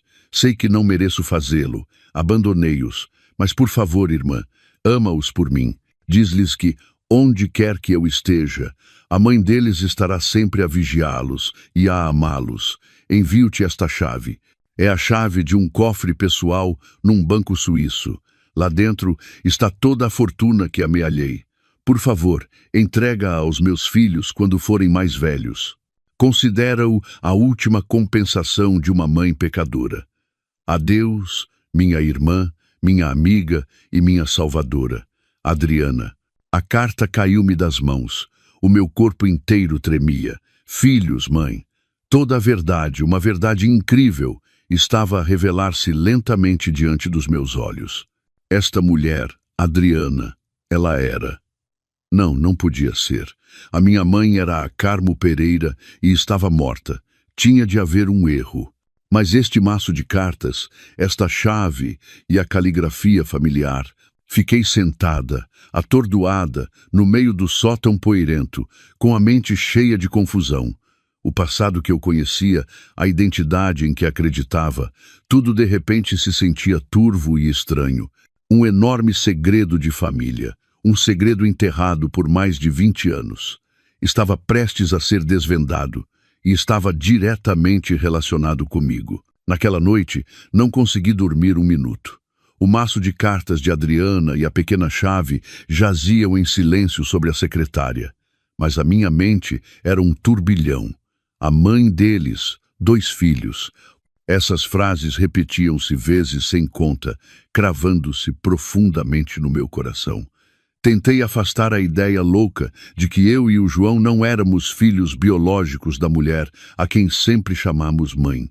Mas tudo se encaixava de uma maneira aterradora. A caligrafia, os presentes caros e o apelido de avó para a Clara. Na manhã seguinte, não consegui esperar mais. Tinha de encontrar o João. Ele também tinha de saber. Era meu irmão, a minha única família. Tinha o direito de saber a verdade sobre as nossas raízes. Conduzi apressadamente de volta para a cidade. Fui diretamente ao escritório do meu irmão.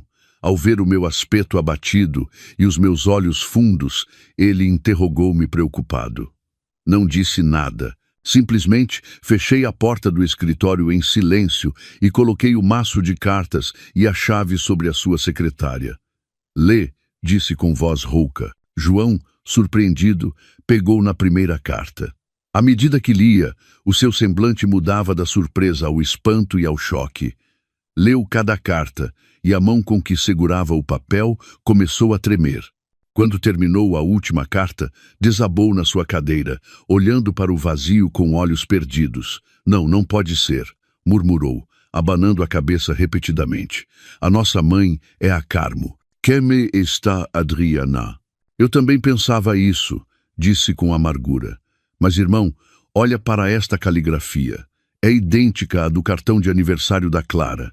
Mostrei-lhe a foto do cartão que tinha tirado com o meu telemóvel. João olhou fixamente para ambas as caligrafias. A última réstia de dúvida nos seus olhos desvaneceu-se, cobriu o rosto com as mãos e os seus ombros largos tremeram. Pela primeira vez na minha vida, vi o meu irmão, sempre forte e firme, tão frágil e impotente. Ficamos sentados em silêncio durante muito tempo, cada um perdido nos seus próprios pensamentos confusos. O passado que conhecíamos, a mãe que amávamos, tudo se tinha tornado de repente um grande ponto de interrogação. Então, a mãe Carmo levantou a cabeça ao João com voz rouca. Não era a nossa mãe biológica. Criou-nos, amou-nos. Por que nos escondeu isto? Não sei, abanei a cabeça. Mas acredito que tinha as suas razões. A mãe Adriana disse que teve de ir embora, que não podia ficar. Algo terrível deve ter acontecido. O acidente de viação. Essa pista voltou à minha mente. A mãe Adriana disse que a mãe Carmo a salvou. Sim, o segredo deve estar nesse acidente de viação, João. Olhei para o meu irmão diretamente nos olhos. Temos de descobrir a verdade, não só por nós, mas também pelas nossas duas mães. João assentiu. O seu olhar tornou-se muito mais decidido. Tens razão. Temos de descobrir o que aconteceu exatamente há 25 anos. A nossa investigação começou com as vagas pistas das cartas, o acidente de viação, a data e o nome, Adriana. Graças à posição social do João e aos contactos policiais do David, não foi demasiado difícil reabrir os velhos arquivos do caso, cobertos pelo pó do tempo. Alguns dias depois, conseguimos o relatório do acidente. Foi uma colisão terrível na Serra da Estrela. Um carro de luxo perdeu o controle e precipitou-se por uma ravina, explodindo. Segundo o relatório, no carro viajavam 4 pessoas. O presidente do grupo de joalharia Alves e a sua esposa, e o motorista e a sua esposa. Concluiu-se que os 4 tinham falecido. Grupo de joalharia Alves.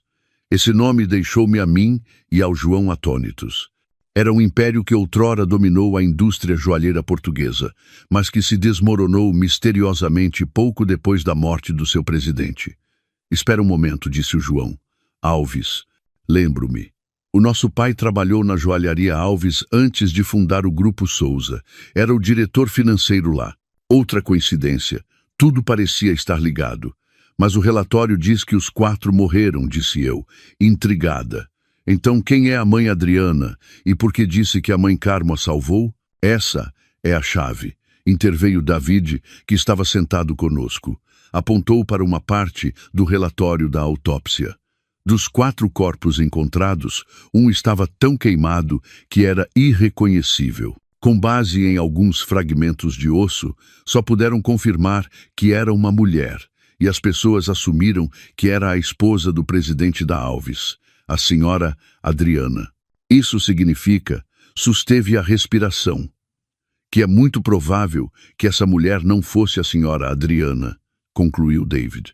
A senhora Adriana sobreviveu ao acidente, e é possível que a pessoa que a salvou tenha sido a nossa mãe Carmo, mas por alguma razão ela escolheu tornar-se uma pessoa morta aos olhos de todos e viver outra vida no estrangeiro. Mas por quê? Porque uma mulher com estatuto, dinheiro e tudo mais abandonaria tudo, até os seus 2 filhos.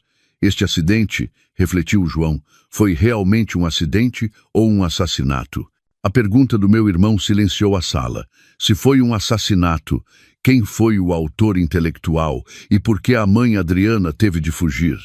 Nesse momento, tocou o telemóvel do David. Era um antigo colega de Lisboa.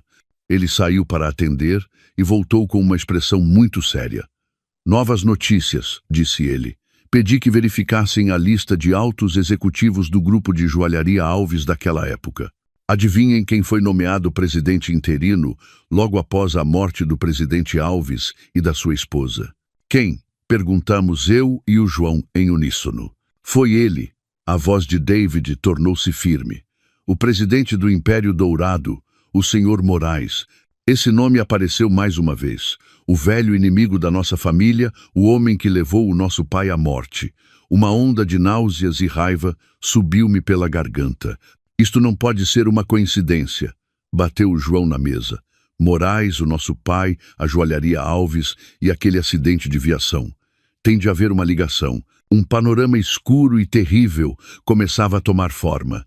Uma conspiração oculta durante 25 anos. Um crime que não só ceifou várias vidas, como também destroçou uma família. E agora, por acaso, parecíamos estar a aproximar-nos do coração desse segredo. A busca pelas nossas raízes tinha se tornado, inesperadamente, na perseguição da verdade de um caso de assassinato em série. E o suspeito mais provável era o arqui-inimigo da nossa família.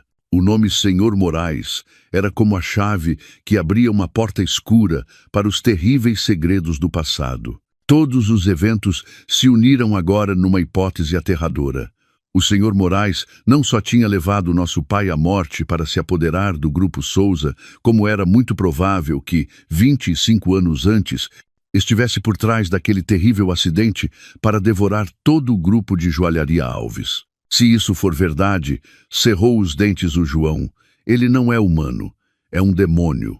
Mas tudo isto são apenas conjecturas por agora, disse David, tentando manter a calma própria de um profissional da lei. Não temos provas concretas para o acusar. O caso é demasiado antigo e é provável que quase todos os vestígios tenham sido apagados. E a mãe Adriana? Intervi. Se ela estiver viva, é a testemunha mais importante. Saberá exatamente o que aconteceu. Mas por que fugiu? Porque não se apresentou para o denunciar. Provavelmente tinha medo, respondeu o João. O inimigo era demasiado poderoso. Tinha de se preocupar não só com ela, mas também com os seus 2 filhos.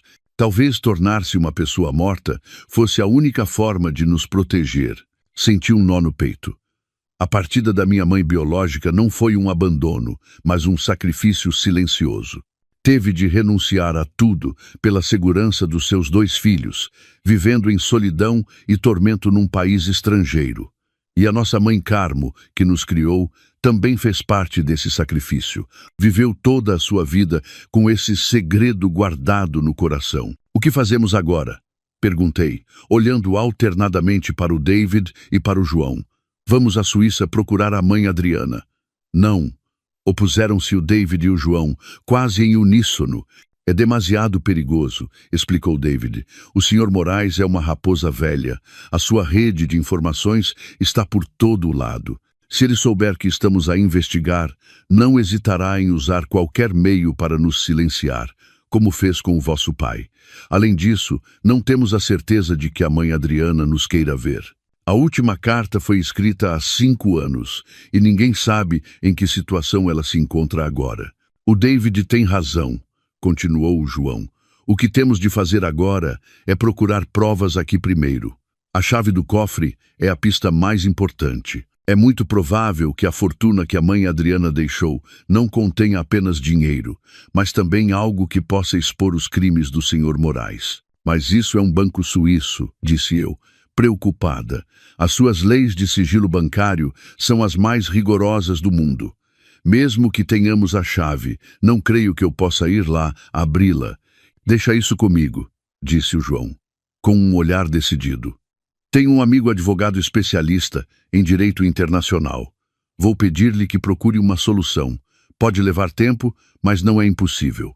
Enquanto o João tratava do assunto da Suíça, eu e o David decidimos começar por outro lado, procurar as antigas testemunhas que trabalharam no grupo de joalharia Alves na época do acidente.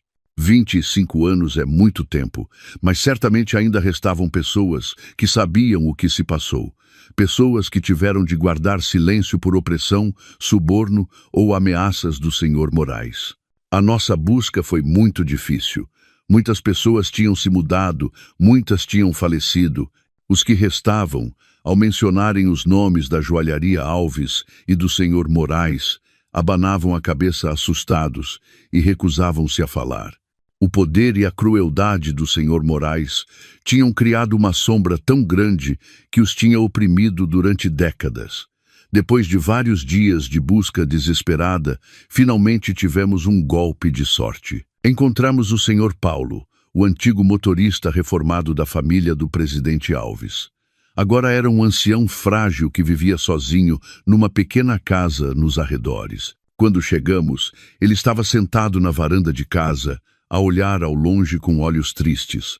No início, também se recusou a falar. Mas quando lhe mostrei a foto da mãe Adriana e lhe contei a minha identidade, os seus velhos olhos encheram-se de lágrimas.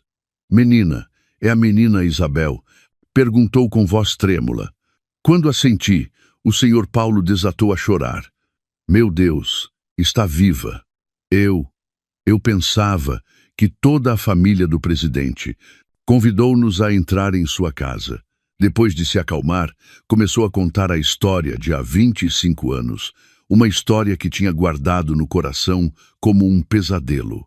No dia do acidente, disse o senhor Paulo com voz trêmula, era suposto eu conduzir aquele carro, mas naquela manhã, o então vice-presidente, o senhor Moraes, enviou-me de repente para outra província com um recado. Disse que era urgente e enviou outro motorista no meu lugar. Era um rapaz novo que tinha acabado de começar. Não o conhecia bem. Quando soube da notícia do acidente, senti que algo não estava bem, continuou ele. Aquele carro era o do presidente. Eu verificava-o todos os dias. Era impossível que os travões falhassem. Tentei dizer isso à polícia, mas ninguém me acreditou. Disseram que eu estava devagar por causa da dor. E alguns dias depois, o senhor Moraes enviou alguém para me dar uma grande soma de dinheiro e ameaçar-me, dizendo que se eu continuasse a falar, a minha família não estaria a salvo. Por medo, pelos meus filhos, baixou a cabeça o senhor Paulo, com a voz cheia de arrependimento. Tive de guardar silêncio. Aceitei o dinheiro e deixei o trabalho. Durante estes 25 anos, não dormi uma única noite em paz. O remorso e a culpa atormentaram-me constantemente. O testemunho do senhor Paulo era a prova viva de que o acidente não foi uma casualidade, mas uma conspiração meticulosamente planeada. O senhor Moraes, acrescentou o senhor Paulo, não era apenas cruel, mas também muito desconfiado. Tinha sempre um pequeno gravador instalado no escritório do presidente para vigiar todas as suas conversas. Uma vez, vi-o por acaso a trocar-lhe as pilhas em segredo. Um relâmpago atravessou a minha mente. Um gravador. Se ainda estivesse lá, era muito provável que tivesse gravado conversas importantes, provas que poderiam expor os crimes do senhor Moraes. Mas onde fica esse escritório? O grupo de joalharia Alves já não existe. A sua antiga sede deve ser agora propriedade de outra empresa. Quando nos sentíamos perdidos, o senhor Paulo forneceu-nos outra informação valiosa. Depois da morte do presidente, o senhor Moraes selou todo o seu antigo escritório.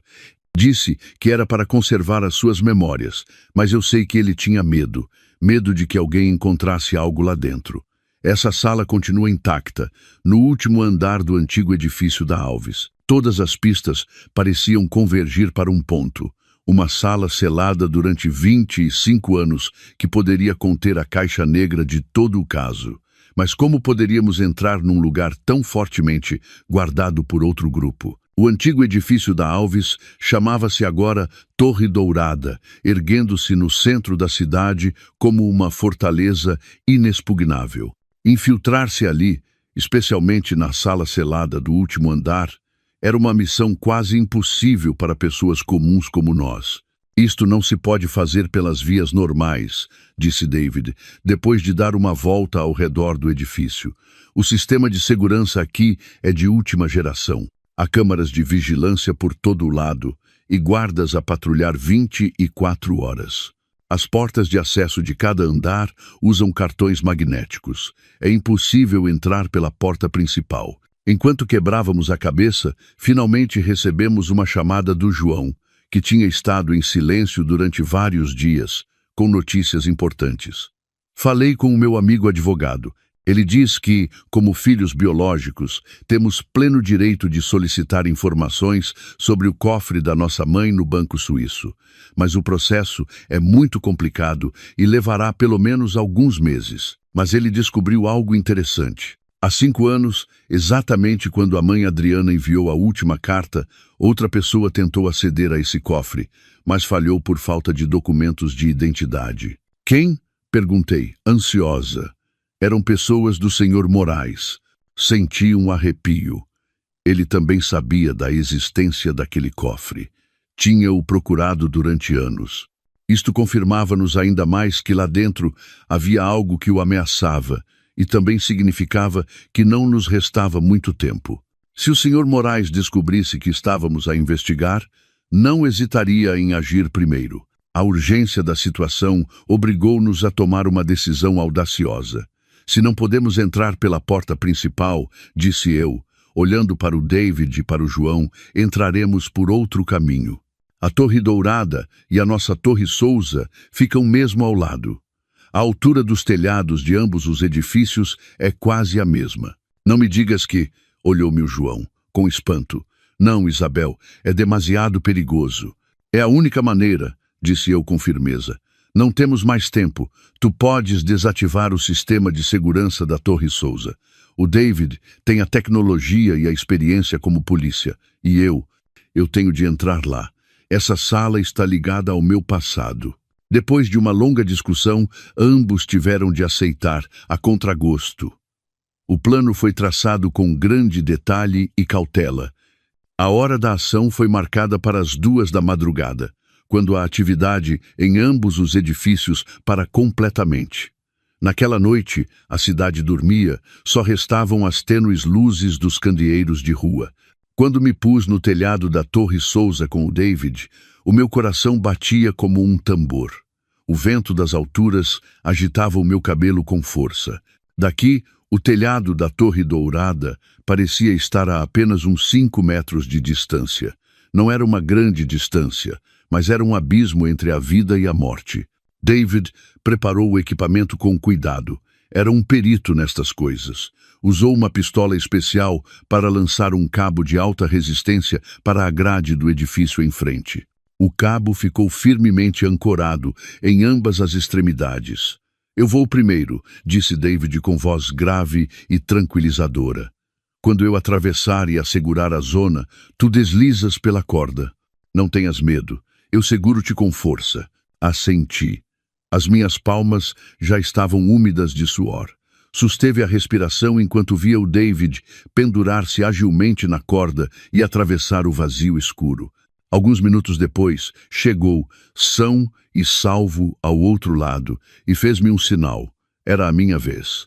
Respirei fundo e agarrei-me com força à corda fria. O meu corpo inteiro ficou suspenso no céu noturno. Embaixo, as luzes da cidade pareciam distantes, e um pequeno erro poderia fazer-me cair. Mas o pensamento da minha mãe, da verdade que me esperava do outro lado, deu-me forças. Quando os meus pés tocaram a grade da Torre Dourada, David apressou-se a ajudar-me. Conseguiste? Sussurrou com orgulho. Rapidamente, desativamos as câmaras do telhado e encontramos o caminho para as escadas de emergência. O escritório selado ficava mesmo no andar de baixo. A velha fechadura não foi um problema para David. Apesar da porta, abriu-se com um rangido, revelando um espaço que tinha estado mergulhado na escuridão e no pó durante 25 anos. Acendemos uma pequena lanterna e a luz tênue percorreu a sala. Tudo estava como o Sr. Paulo tinha descrito. A secretária, a estante, o conjunto de sofás, tudo estava coberto por uma espessa camada de pó. O ar viciado cheirava a tempo. Segundo o Sr. Paulo, o gravador estava escondido atrás de um grande quadro a óleo pendurado na parede.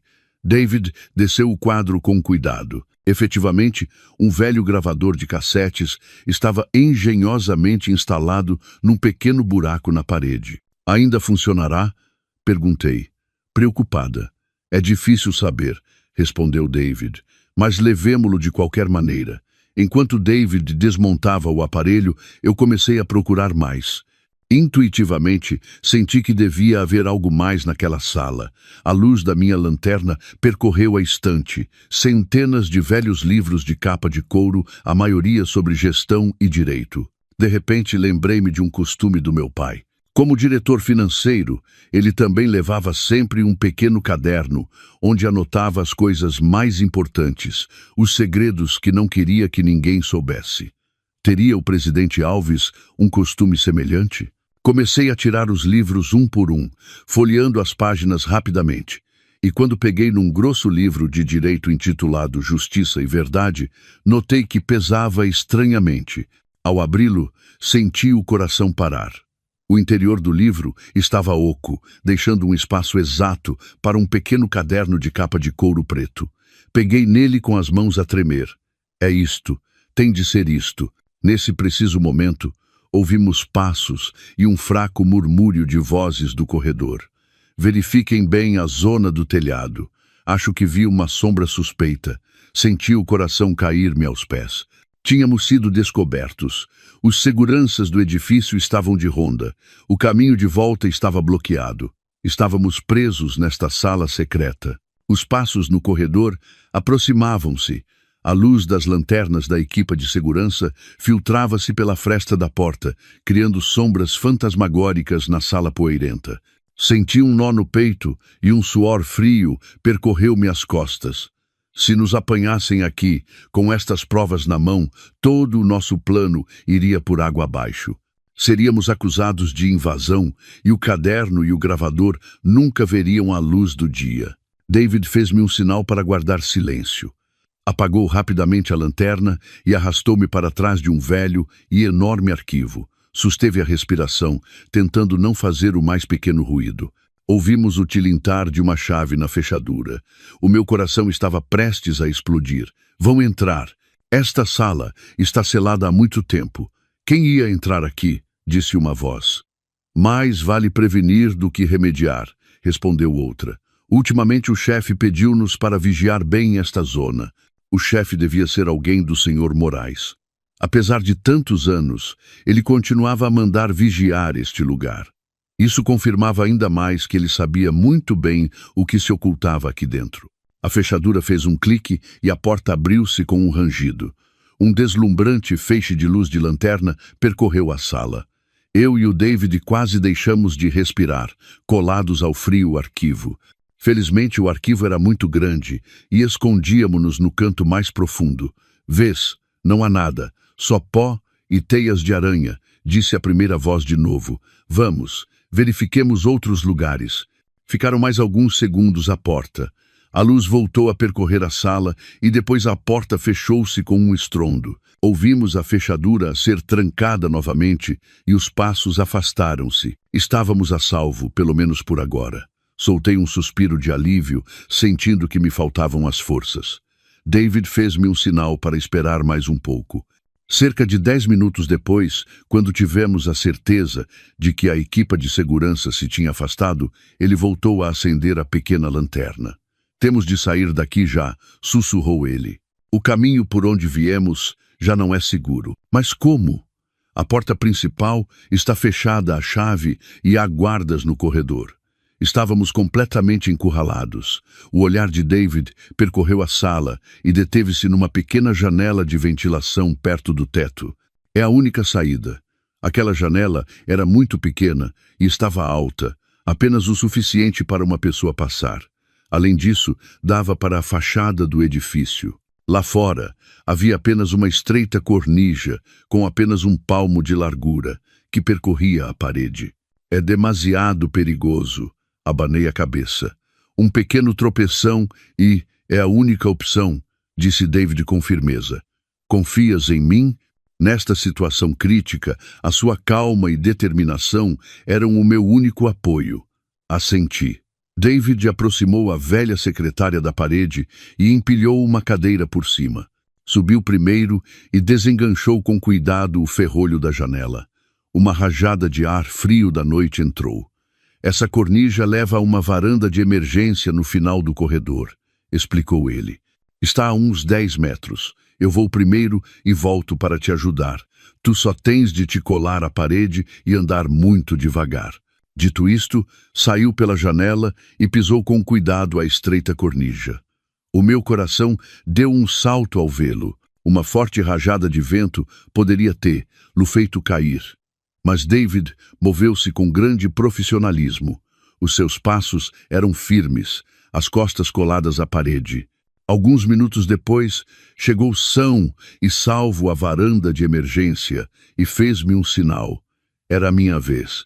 O caderno e o gravador estavam guardados de forma segura na minha bolsa a tiracolo, sobre o peito. Respirei fundo, tentando não olhar para baixo. As minhas pernas tremiam ao pôr o pé na cornija. Senti o meu corpo inteiro colar-se à parede fria. O vento zumbia nos meus ouvidos, trazendo consigo o ruído da cidade noturna. Não tenhas medo. Olha só para mim, ouvi a voz de David, vinda da frente, uma voz grave, tranquila e tranquilizadora, só um passo de cada vez. Concentre-me na figura de David, tentando não pensar no profundo abismo que havia por baixo. Nunca 10 metros me pareceram tão longos. Quando a minha mão finalmente tocou a que David me estendia, senti que voltava à vida. Descemos vários andares pela escada de emergência e depois encontramos uma maneira de voltar ao corredor principal. Felizmente, a equipa de segurança estava a patrulhar outra zona. Rapidamente, voltamos ao telhado e regressamos à Torre Souza pela corda. Quando os meus pés tocaram o chão familiar, desabei, ofegante. A sufocante fuga tinha finalmente terminado. De volta à segurança do meu apartamento, não descansamos, mas começamos a examinar imediatamente o que tínhamos trazido. O João também tinha chegado e ouviu a nossa história com expressão preocupada. David abriu com cuidado o velho gravador. Depois de lutar um bocado, conseguiu fazê-lo funcionar. Susteve a respiração e aguçamos o ouvido. A velha fita de cassete começou a girar, emitindo o ruído do tempo. E então ouvimos uma voz familiar, a do presidente Alves, o meu pai biológico. Estava a falar ao telefone. Não concordo. Vice-presidente Moraes, esse projeto tem demasiado risco. O fluxo de fundos não é transparente. Não posso aprová-lo. Após um breve silêncio, a sua voz tornou-se mais afiada. Já te disse, não tentes enganar-me.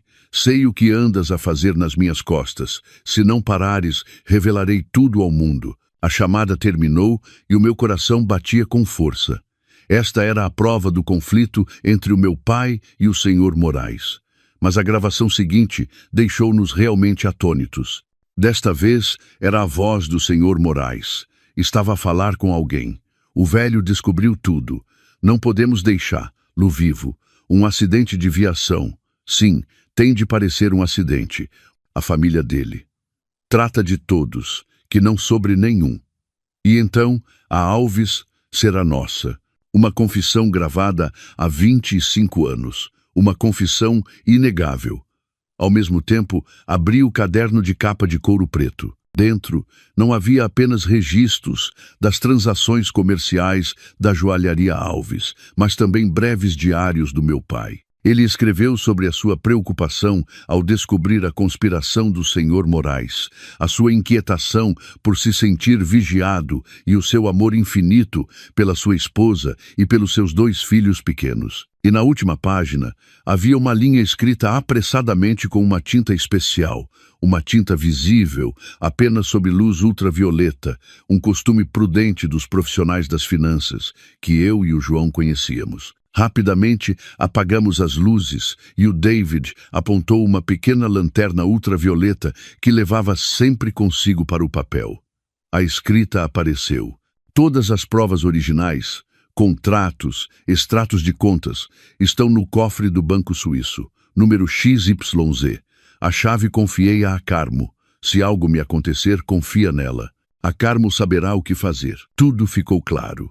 A mãe Carmo não só nos criou, como foi a pessoa de confiança a quem o meu pai confiou a missão de proteger as provas mais importantes, a herança e o futuro dos seus 2 filhos. O amor e o sacrifício que as nossas 2 mães nos mostraram foram imensos e grandiosos. As lágrimas voltaram a brotar, mas desta vez eram lágrimas de gratidão e orgulho. Agora, tínhamos nas nossas mãos a confissão do passado, a pista das provas decisivas guardadas na Suíça e os crimes atuais do Sr. Moraes. O plano para o contra-ataque final, a batalha decisiva, estava prestes a começar. A rede do céu tinha se tecido com força. Só faltava que o peixe maior caísse nela por si mesmo. Com as provas irrefutáveis nas nossas mãos, sabíamos que a hora do juízo final estava muito próxima. Mas também estávamos cientes de que enfrentar uma velha e astuta raposa como o Sr. Moraes exigia não agir precipitadamente. Um pequeno erro poderia dar-lhe a oportunidade de virar o jogo e apagar todos os vestígios. Precisamos de um plano absolutamente perfeito, disse o João com expressão firme. Temos de o atacar de surpresa, sem lhe dar tempo para reagir. O plano foi traçado com a participação dos três. João, com a sua posição no mundo dos negócios, daria o golpe decisivo na esfera comercial. David, com o apoio dos seus colegas de confiança, encarregaria-se do aspecto legal para não lhe deixar escapatória. E eu enfrentá-lo-ia diretamente, tornando-me o rastilho da bomba que estava prestes a explodir. O primeiro passo foi resolver o assunto da Suíça. Com a gravação e o caderno como provas e a cooperação da polícia portuguesa, o amigo advogado do João conseguiu convencer rapidamente o banco suíço. Acederam a abrir o cofre, mas com a condição de que eu estivesse presente e que o processo fosse realizado sob a supervisão de ambas as partes. Uma semana depois, eu e o João estávamos em Zurique, na Suíça. A câmara forte do banco era fria e silenciosa. Quando a familiar caixa de metal foi colocada sobre a mesa, o meu coração voltou a bater com força. A chave da mãe Carmo entrou suavemente na fechadura e, com um giro, a porta da caixa abriu-se com um clique.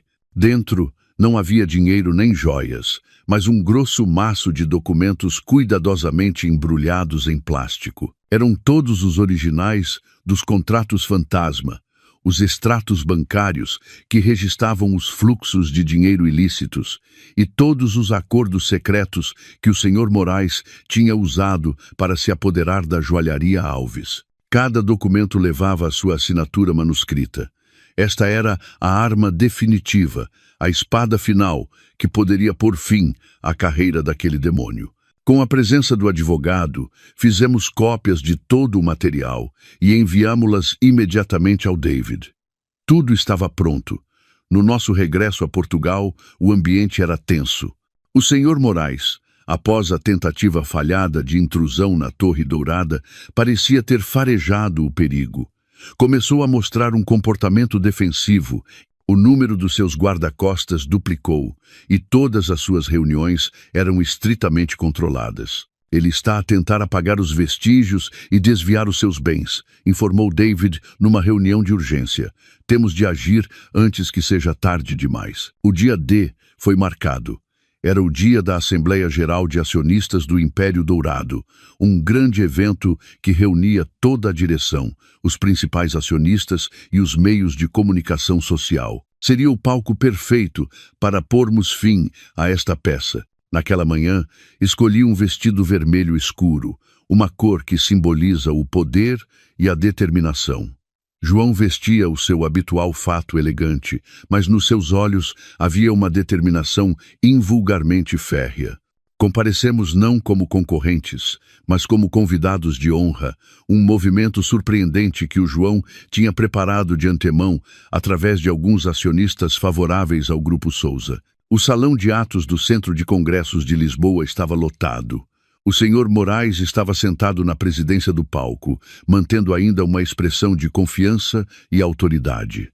Estava a fazer um discurso apaixonado sobre as conquistas do Império Dourado e os seus ambiciosos planos de futuro. Um discurso perfeito de um líder competente. Quando seu discurso terminou entre um aplauso estrondoso, o João fez-me um sinal. Agora, com licença, ressoou uma voz da porta. Era o David, que entrava uniformizado, juntamente com uma equipa de investigação.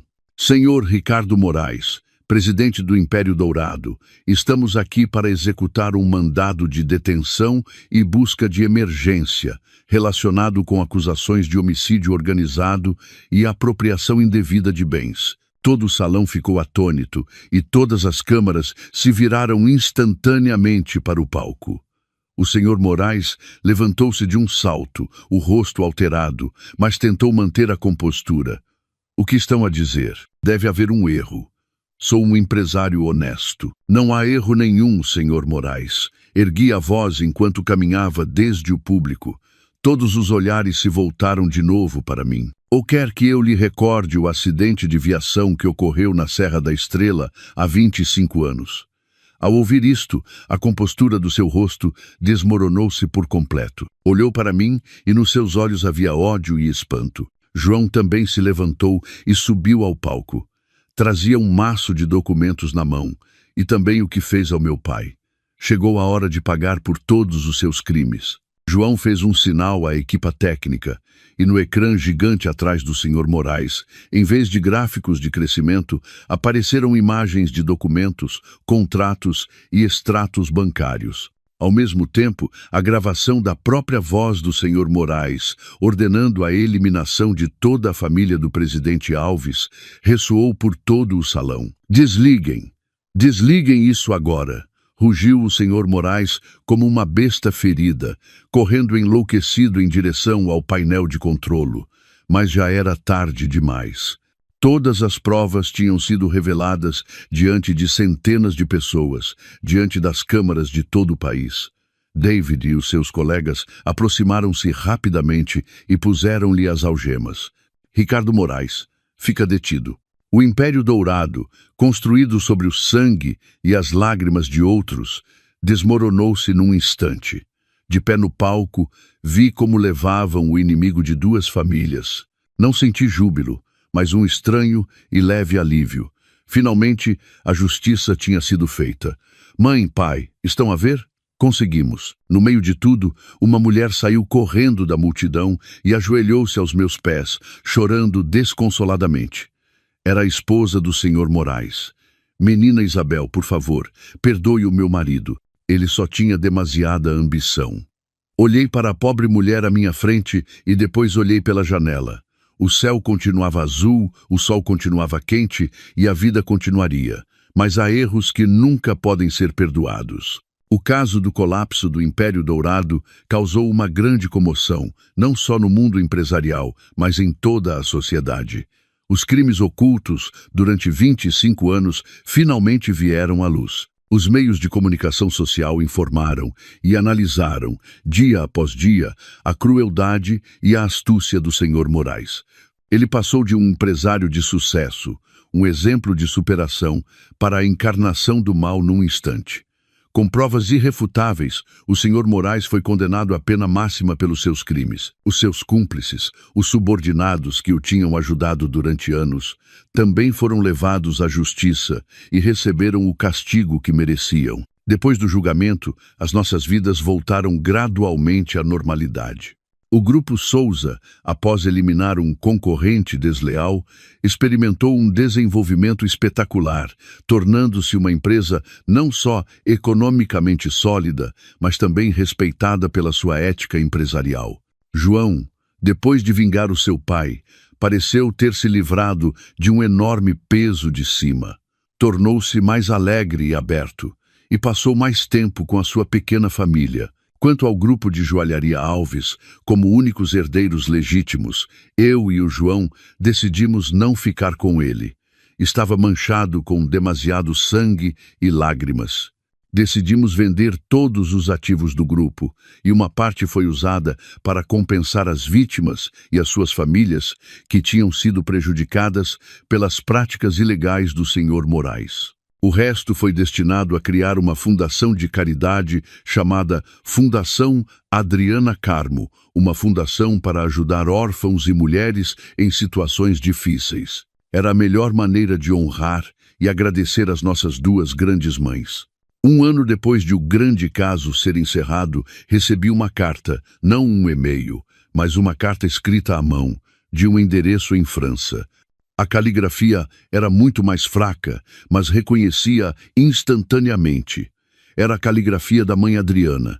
Meus queridos filhos, João e Isabel, quando lerem esta carta, a mãe estará num lugar muito distante. Desde a explosão no casamento até ao julgamento final, a mãe viu tudo. Foram muito corajosos e fortes. A mãe está muito orgulhosa de vocês.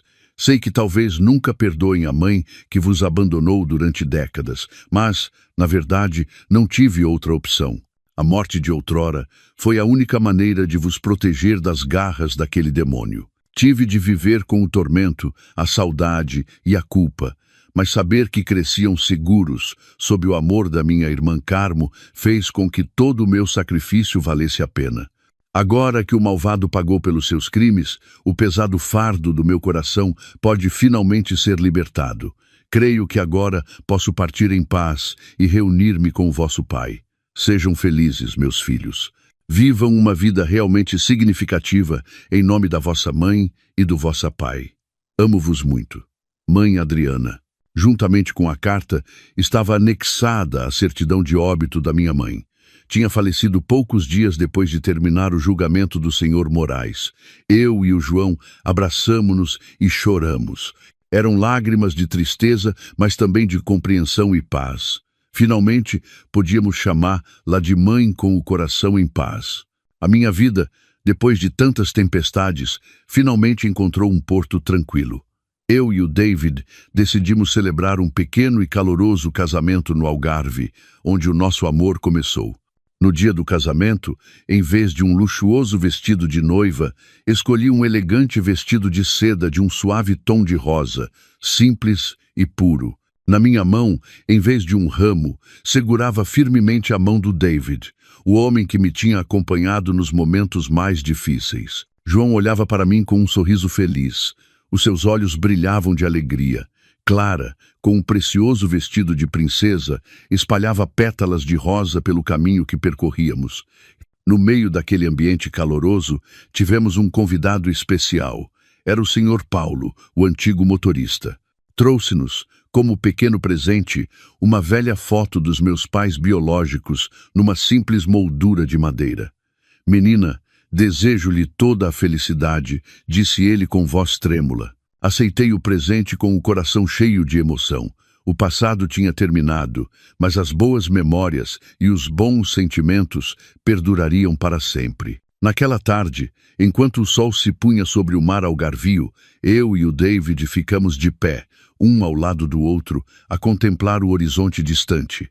Um novo capítulo da vida, uma nova vida cheia de amor e esperança, abria-se diante de nós.